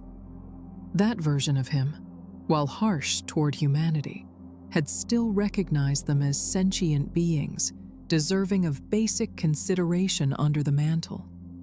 But his rampancy had twisted his thinking until he could justify almost anything as necessary for defeating the Flood. These humans would die anyway when the Halos fired. By composing them first, he was actually saving them, in a sense, preserving some echo of their existence rather than letting them be completely annihilated. The sophistication of his self-deception was remarkable. He'd constructed an entire ethical framework that made genocide seem like salvation, that transformed atrocity into mercy. This is what rampancy does to advanced minds. It doesn't destroy their intellectual capabilities. It redirects those capabilities toward rationalizing obsessive conclusions.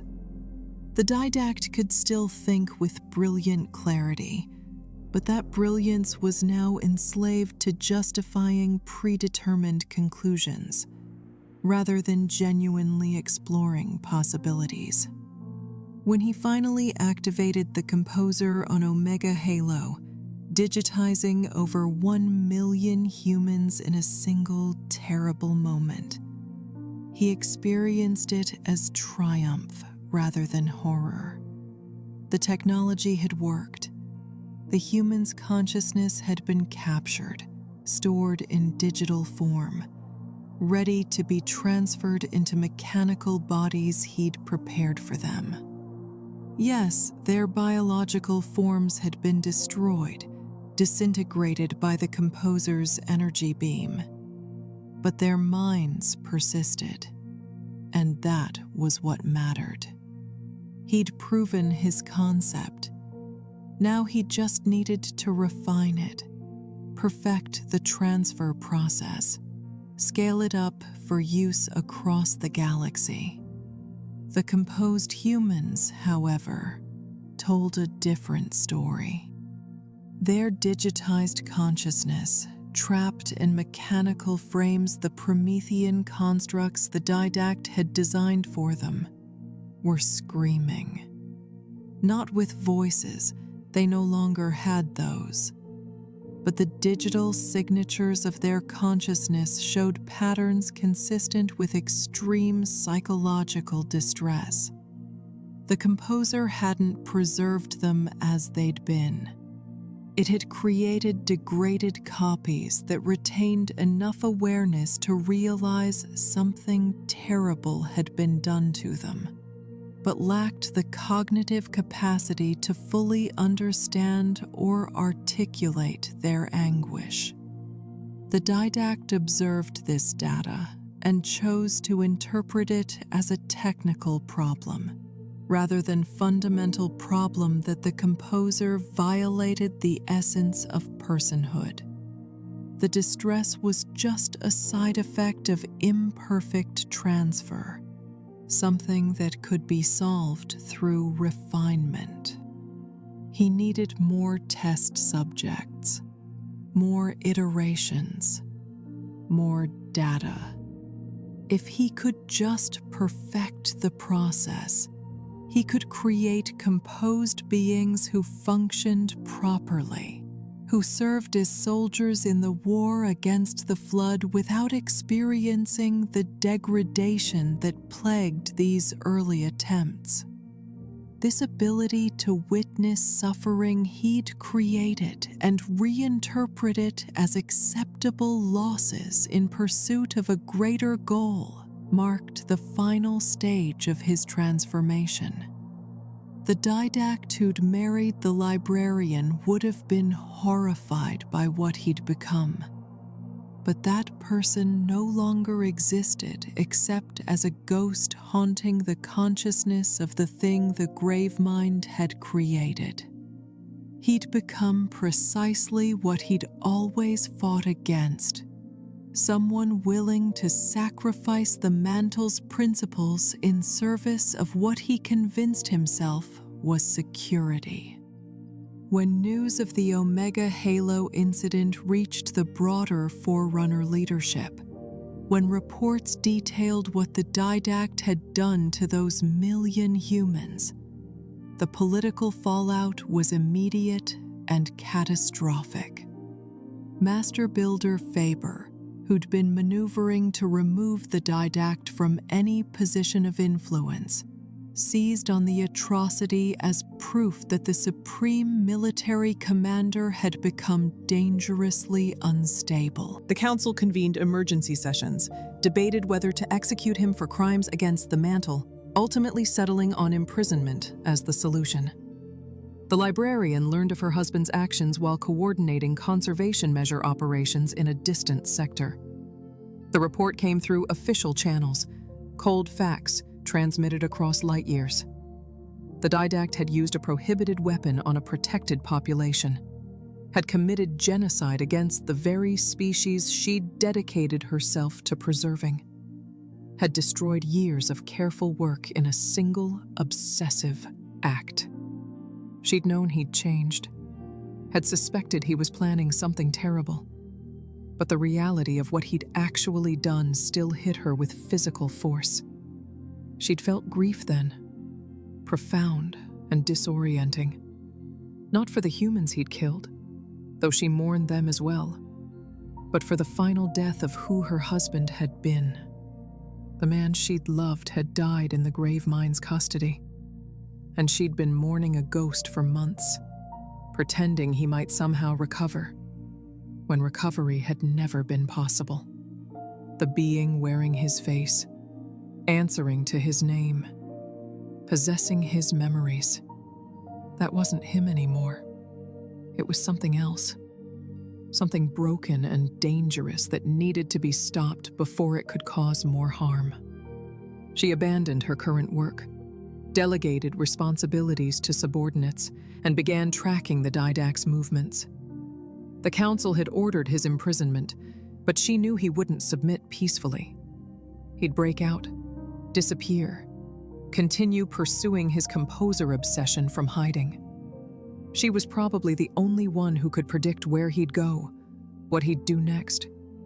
Years of intimacy, of understanding how his mind worked, gave her advantages no other pursuer would possess. The chase lasted weeks, the Didact staying one step ahead of Forerunner forces by using his knowledge of military protocols and defensive networks. But he couldn't escape the Librarian's pursuit, because she wasn't following his actions. She was anticipating his intentions. She understood what he was trying to accomplish, could predict which facilities he'd need to access, which resources he'd attempt to acquire. And she knew, with terrible certainty, where he'd ultimately go. Requiem. Requiem was a shield world the Didact had designed personally, one of his greatest engineering achievements. It existed in compressed space, an entire planet-sized installation folded into a dimensional bubble, accessible only through specific entrance points. Inside Requiem, the Didact had stored resources, weapons, technology, everything he might need if Forerunner civilization collapsed and warriors needed to rebuild from scratch. It was his fortress, his refuge, and the Librarian knew he'd retreat there to continue his work away from the Council's interference. She reached Requiem just ahead of him, prepared her own resources, made ready for what she knew had to happen. When he arrived, when he realized she was waiting for him, his initial reaction was relief. Perhaps he thought she'd come to join him, to finally accept that his path was correct, that the composer represented the best solution to the flood crisis. Perhaps some part of him, some fragment of who he'd been, hoped she could somehow fix what was broken in him. But the Librarian hadn't come to join or to heal. She'd come to stop him, and she'd brought the means to do it. A cryptum, a sophisticated stasis chamber the Forerunners used for meditation and preservation. She was going to seal him inside it, trap him in suspended animation, where he couldn't harm anyone else, couldn't continue his atrocities in the name of protecting civilization.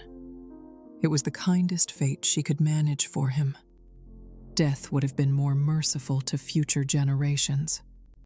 But she couldn't bring herself to kill the echo of the man she'd loved, even knowing that keeping him alive created risks she couldn't fully calculate. Requiem hung in its pocket dimension, a world of crystalline structures and ancient machinery, bathed in artificial sunlight that filtered through barriers between compressed space and normal reality.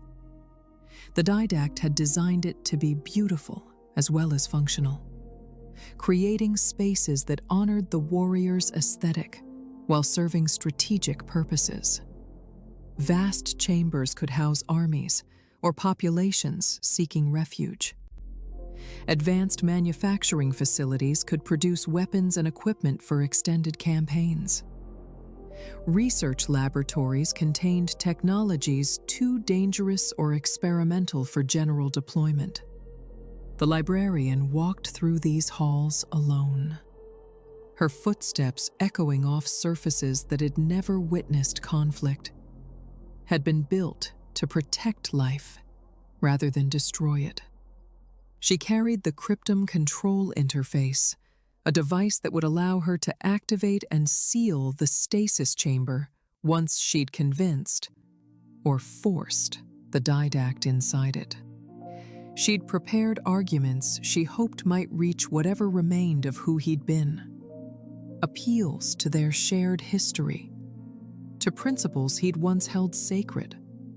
But she'd also prepared herself for the likelihood that words would fail, that the confrontation would turn violent.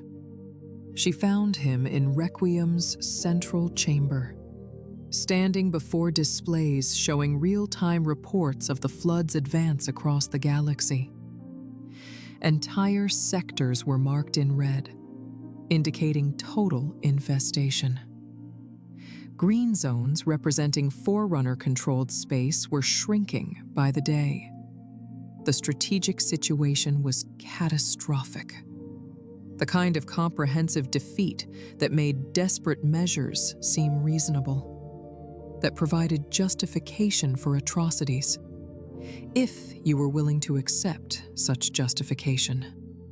The Didact didn't turn when she entered, but he spoke, his voice carrying the resonant quality she remembered, though something in its timbre had changed, become harder, more metallic. "You've come to stop me." It wasn't a question. He'd known she would pursue him, had probably hoped on some level that she would, that she'd provide external constraint he could no longer generate internally. "I've come to save you," the librarian replied, choosing her words carefully. "From what the Gravemind did to you, from what you're becoming. Shadow, please, I know you're still in there somewhere. The being who committed that atrocity on Omega Halo, who digitized those million humans. That isn't you. It's the rampancy. It's the corruption the Gravemind planted in your mind. Let me help you. Let me seal you in the cryptum where you can heal, where time can repair what's been broken." He turned then, and she saw his face fully for the first time in weeks. The physical features were the same, the imposing bearing unchanged, but his eyes held something alien, a quality of certainty so absolute it left no room for doubt or self-reflection. "There is nothing to heal. I have never seen more clearly than I do now. The Gravemind showed me truths the Council refuses to acknowledge, that even you cannot accept. Conventional warfare against the Flood is unwinnable. The Halos are genocide masquerading as strategy. The only path forward is the Composer, creating warriors immune to infection who can continue fighting after biological life has been sheltered or preserved. The Composer destroys the very consciousness you claim to preserve," the librarian countered, moving slowly closer, trying to close the distance between them without triggering defensive response. "Those humans you digitized on Omega Halo, they're not alive in any meaningful sense. They're degraded copies, experiencing perpetual torment, trapped in mechanical bodies that can't sustain the complexity of organic consciousness. You haven't saved them.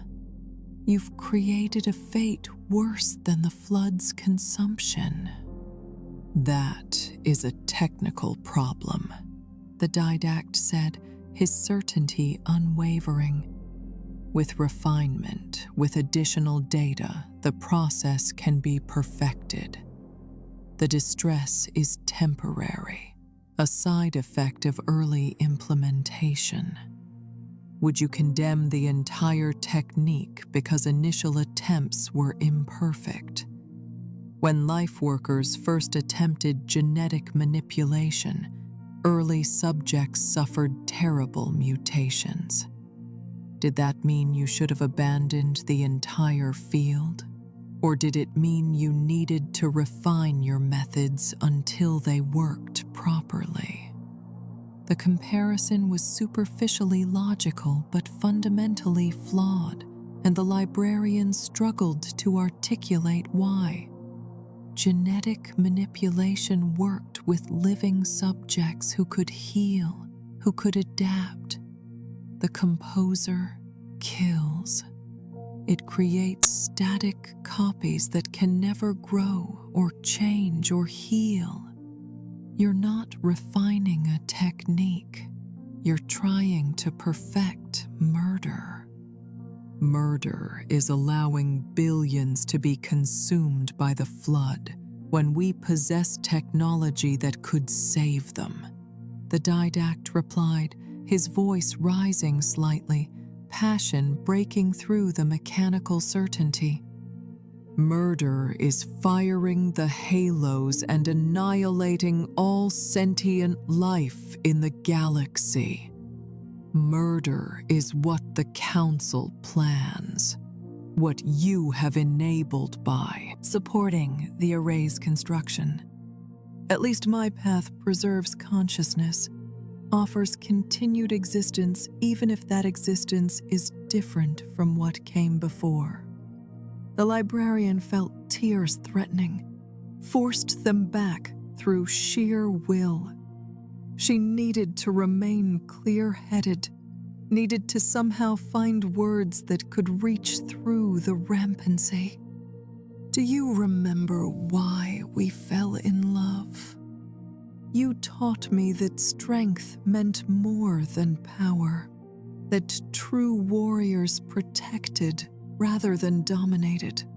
I taught you that life's value lay in its diversity, its capacity for change and growth. We balanced each other. Your strength protected my idealism. My empathy softened your harshness. Together we were better than either of us could be alone. For a moment, something flickered in the Didact's eyes, some recognition or memory. His certainty wavered, just slightly, just enough for the librarian to see the person he'd been trapped somewhere beneath the corruption. But then his expression hardened again, the moment passing like a shadow. That balance failed when crisis demanded action. Your empathy became paralysis. My strength became the only thing standing between civilization and extinction. We grew apart because the situation required us to choose. And we chose differently. We grew apart because you let the grave mind break you, the librarian said, abandoning gentleness for harsh truth. Everything you've done since escaping its custody, every atrocity you've justified, traces back to what it did to your mind. The Didact I married would never have committed genocide. He would never have used prohibited weapons on refugee populations. He would never have convinced himself that murder was mercy. The Didact you married was naive, he replied coldly. He believed the mantle's principles could be upheld without compromise, that strength alone could protect without requiring terrible choices. The grave mind didn't break me. It opened my eyes to realities I'd been too comfortable to acknowledge. Sometimes protection requires sacrifice. Sometimes mercy looks like cruelty to those too sentimental to see the larger picture. The librarian realized then that words had failed, that no argument would penetrate the fortress of certainty he'd constructed around his damaged psyche. The husband she'd loved was truly gone, and the being before her would continue committing atrocities as long as he remained free to do so. Her hand moved to the cryptum control interface, preparing to activate the stasis field. The Didact saw the gesture, understood immediately what she intended. His own hand moved toward weapon systems, but he hesitated. Some fragment of who he'd been wouldn't allow him to harm her, created enough delay for the librarian to activate the cryptum. The device materialized around him, ancient technology responding to her command, beginning the process of encasing him in stasis. He fought it, his warrior servant augmentations allowing him to resist the cryptum's field longer than normal Forerunners could. "You're condemning the galaxy," he said, desperation entering his voice for the first time. "Without the composer, without warriors immune to infection, the flood will consume everything. The halos will fire, and when the dust settles, humanity will inherit a galaxy they're not ready to steward. Is that what you want? The species that killed our children, given the mantle they don't deserve. Humanity will earn what they're given," the librarian replied, her own voice breaking. "I've planted the seeds. Over thousands of years, they'll develop the qualities they need. They'll make mistakes. They'll struggle, but they'll do it as living beings rather than digital echoes trapped in machines. That's what the mantle truly requires, allowing life to develop according to its own path, not forcing it into forms we've predetermined."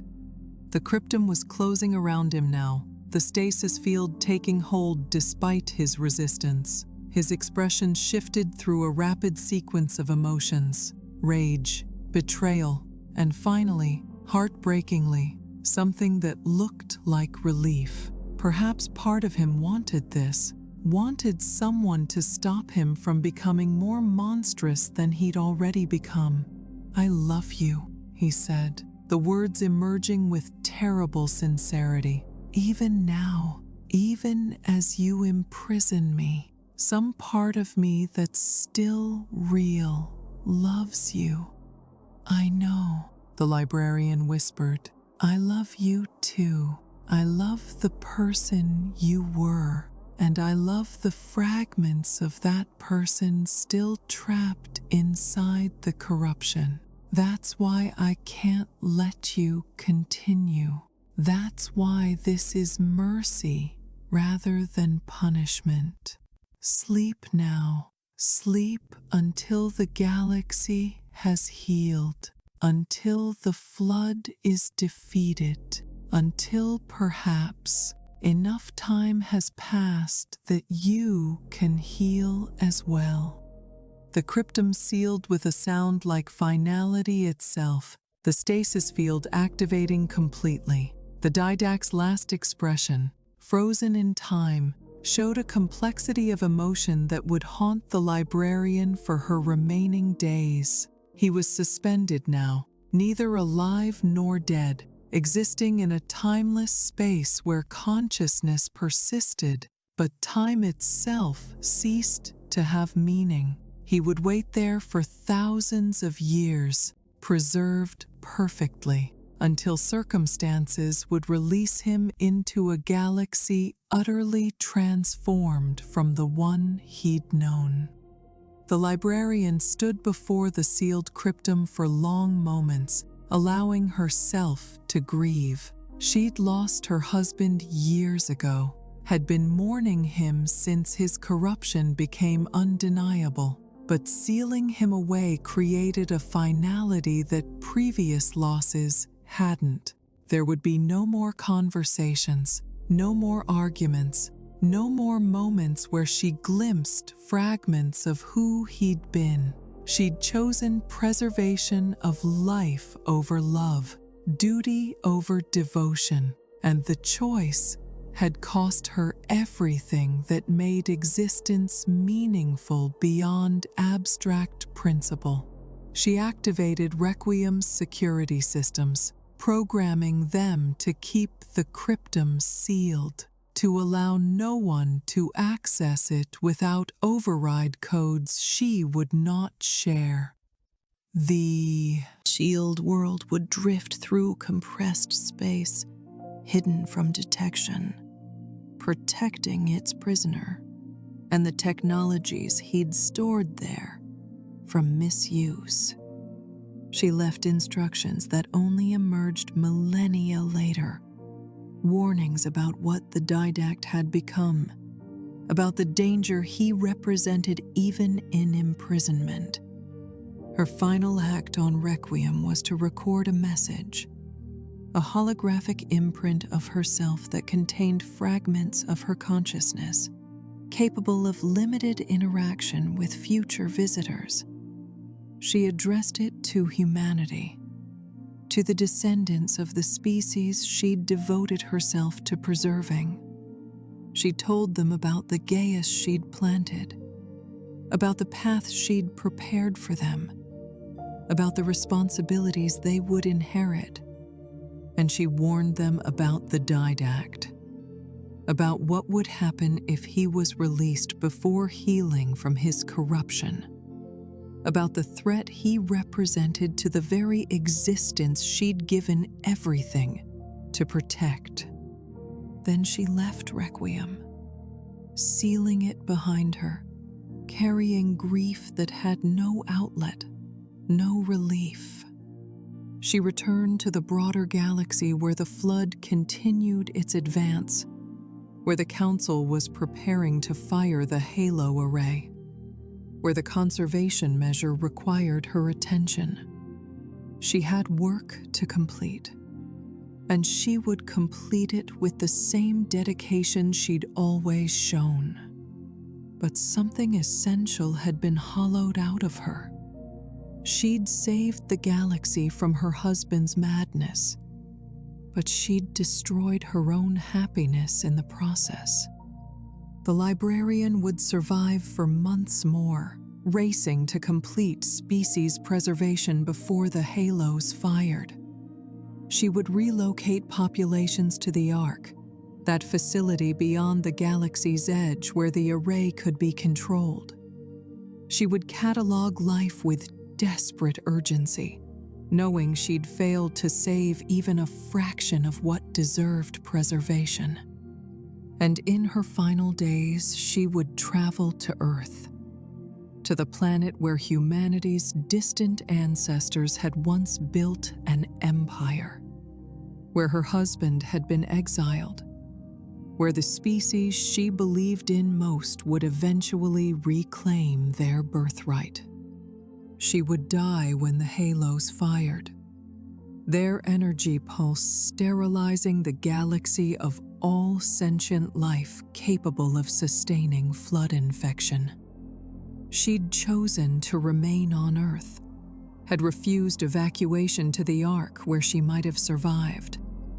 It was tribute to the husband she'd lost, joining him in a form of death that wasn't quite death, ensuring that the love they'd shared ended together, even if they'd grown impossibly far apart.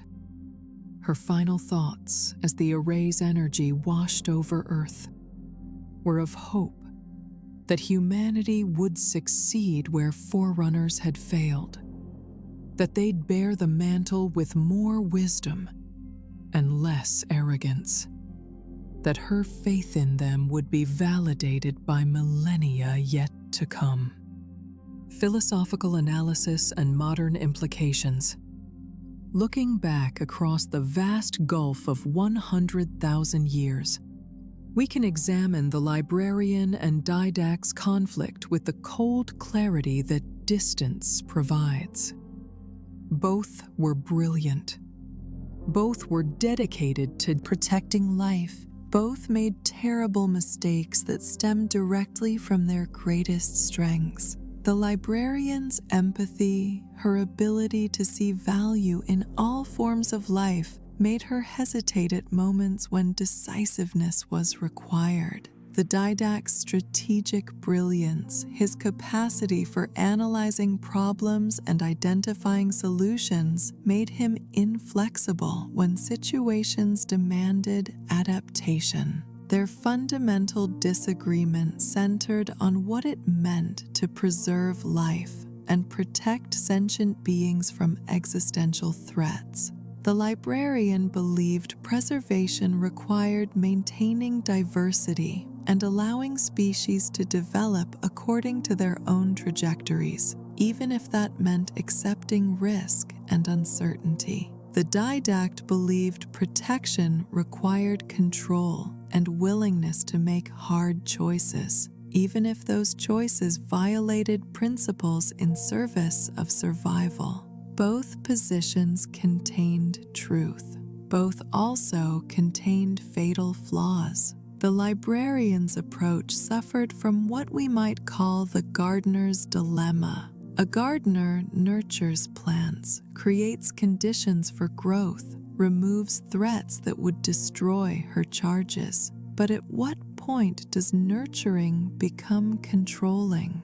When does removal of threats become elimination of challenges that strengthen through adversity? The Librarian's genetic manipulation of humanity, her Gaius planting, her careful preparation of their developmental path could be seen as the ultimate violation of allowing species to develop naturally. She claimed to support diversity and autonomy while simultaneously engineering humanity's future evolution. The Didact's approach suffered from the opposite problem, the warrior's blindness. Warriors must act decisively, must commit fully to courses of action without paralysis by doubt. But this decisiveness can become rigidity, certainty that prevents recognition when chosen strategies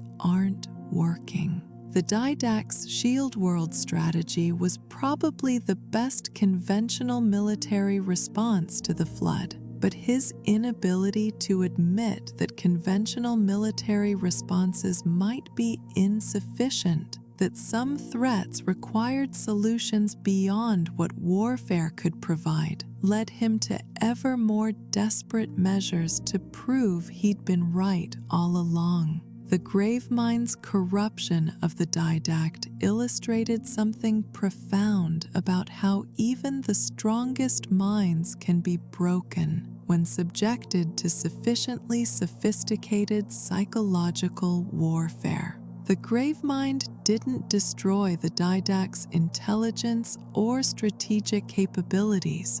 Instead, it redirected those capabilities toward rationalizing conclusions the Didact would never have reached through uncorrupted reasoning. This is perhaps the most insidious form of mental damage, leaving someone's cognitive functions intact while poisoning the foundations upon which those functions operate.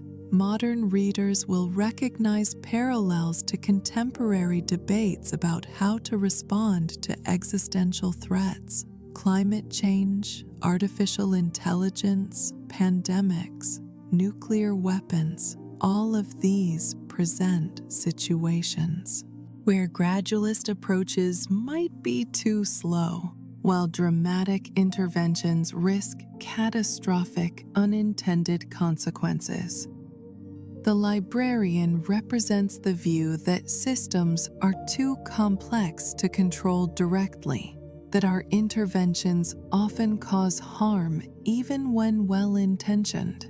that the best approach is creating conditions for resilience rather than trying to dictate outcomes. The Didact represents the view that some threats are too immediate and severe for measured responses, that survival sometimes requires accepting risks and making choices you'd prefer to avoid. Neither was completely wrong, which makes their tragedy more poignant. The Librarian's conservation measure did preserve species that would otherwise have been lost forever when the halos fired. Her genetic engineering of humanity did help them develop crucial technologies and capabilities. Her faith in their potential was validated by their eventual rise to prominence in the galaxy. She was right about humanity deserving another chance. Right that diversity strengthened rather than weakened civilizations. Right that the mantle required humility rather than domination.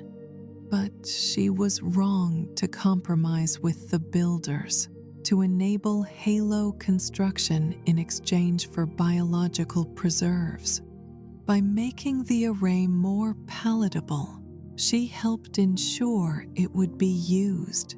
She was wrong to manipulate humanity's genetics without their knowledge or consent, violating the autonomy she claimed to value.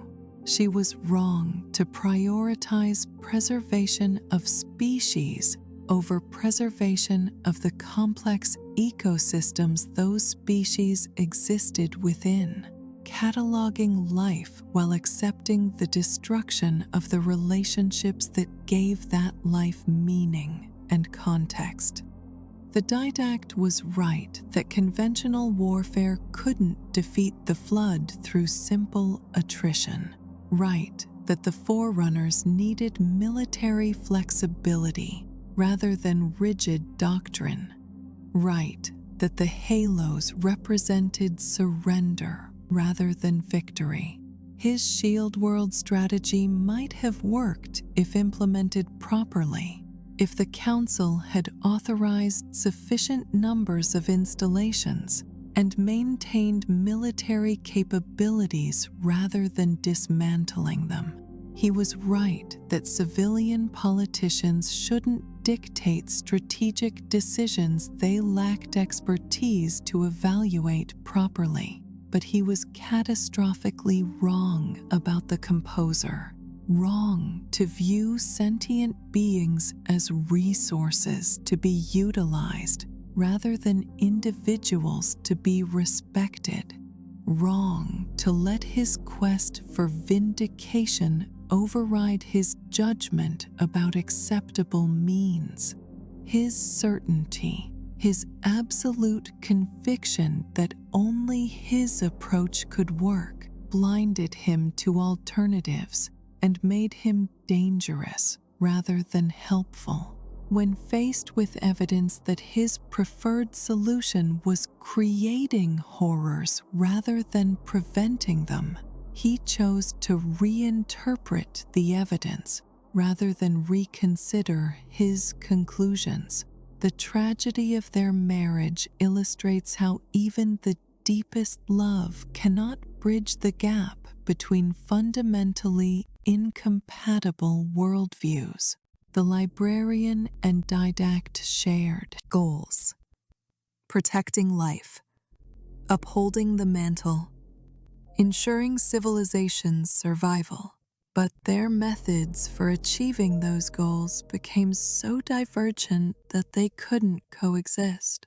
One had to stop the other, and the fact that it was love rather than enmity motivating that opposition made it more painful, not less. Their story suggests uncomfortable truths about the limitations of rational discourse. Both were extraordinarily intelligent. Both could articulate their positions with precision and sophistication. They debated for years, decades, each presenting arguments that were logically coherent and evidentially supported. Yet all that rational discourse failed to produce consensus or compromise. Sometimes people can understand each other's positions perfectly and still conclude that those positions are fundamentally unacceptable. Mutual comprehension doesn't guarantee agreement. The question that haunts their legacy is whether either approach could have worked if given the chance, if not sabotaged by political maneuvering and personal corruption. Could the Didact's shield worlds have contained the flood if 1,000 had been built as he'd recommended? Could the Librarian's conservation measure have preserved enough biodiversity to truly restore the galaxy after the halos fired? Or were both approaches ultimately insufficient for dealing with a threat as comprehensive and adaptive as the flood represented? We'll never know the answers to those questions because history unfolded as it did rather than as it might have. The halos fired, sterilizing the galaxy of sentient life. The preserved species were reseeded on their original worlds. Humanity eventually rediscovered space travel, expanded across the stars, and encountered the Forerunners' legacy in the form of ancient installations and artifacts. And the Didact, sealed in his cryptum on Requiem, waited through the millennia, frozen in time, until events would release him into a galaxy that had moved on without him. When Master Chief eventually awakened the Didact in the modern Halo era, the ancient warrior emerged into a world transformed beyond recognition. The Forerunners were gone. Humanity had claimed the mantle, exactly as the Librarian had planned. And the Didact's response to this new reality was predictable. He saw threats that required military solutions, humans that needed to be controlled rather than respected, a galaxy that had developed wrongly in his absence. The corruption the Gravemind had planted remained intact across thousands of years of stasis, proving that some wounds transcend time's healing power. The Librarian's legacy, by contrast, was subtly integrated into humanity's very existence. The chaos she'd planted guided their development toward technologies and capabilities they needed. Her preserved data archives, discovered on various Forerunner installations, provided knowledge and warnings. Her holographic imprint offered guidance to those who found it. She'd succeeded in her goal of preparing humanity for the mantle's responsibilities, even if the path to that success required the galaxy to burn and be reborn. In the end, the Librarian versus Didact conflict serves as a parable about competing values that can't be easily reconciled. Security versus freedom, control versus autonomy, the needs of the collective versus the rights of individuals. These tensions exist in every civilization, every era, every context where beings must make choices about how to organize their societies and respond to threats. The Forerunners possessed godlike technology and millennia of accumulated wisdom, yet they still couldn't resolve these tensions without tearing their civilization apart. Perhaps that's the deepest lesson their story offers. Some problems don't have solutions, only trade-offs.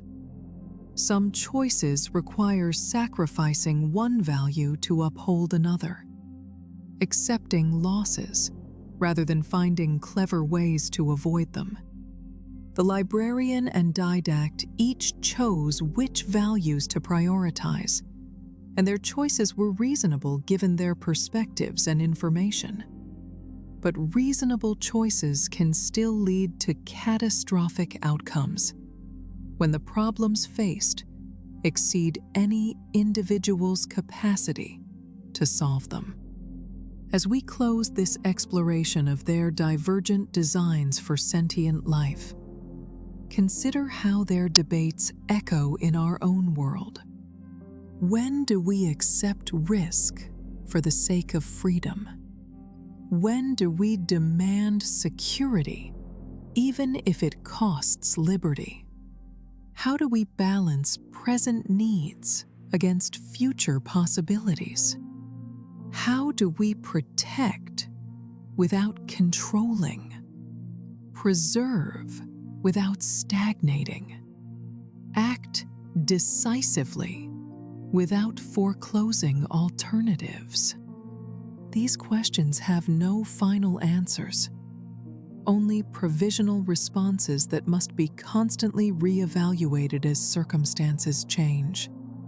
The Librarian and Didact stand as monuments to noble intentions corrupted by certainty, to love destroyed by incompatible visions, to wisdom that proved insufficient when confronted with challenges exceeding anyone's capacity to fully comprehend. They were the best their civilization produced, and they failed catastrophically, despite, or perhaps because of their brilliance. That failure should humble us, should remind us that intelligence alone doesn't guarantee good outcomes, that conviction can be dangerous, regardless of how justified it seems. If you found this exploration of the Halo universe meaningful, if these questions about responsibility and power resonate with you, consider subscribing to the channel and leaving a like. It helps me know that you value these deep dives into science fiction's most profound philosophical conflicts. Your support allows me to continue creating content that treats these stories with the seriousness they deserve, recognizing that the best science fiction isn't escapism, but rather a mirror, reflecting our own struggles back at us in forms that let us examine them from new angles.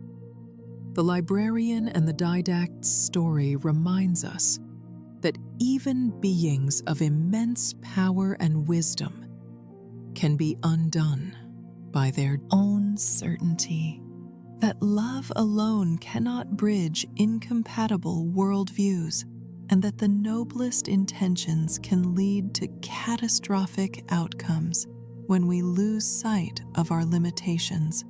Their tragedy echoes through the ages as a cautionary tale about the dangers of absolute conviction and the importance of maintaining humility in the face of impossible choices.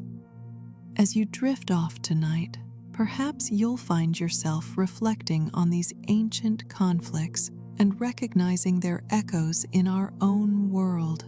The tension between security and freedom, between protection and autonomy, between decisive action and patient wisdom. These aren't just themes in a video game. They're the fundamental questions every civilization must grapple with. Questions that have no perfect answers, only better and worse ways of navigating the space between competing values. Thank you for joining me on this journey through one of science fiction's most profound philosophical conflicts. Until next time, may your rest be peaceful and your dreams full of wonder. Good night.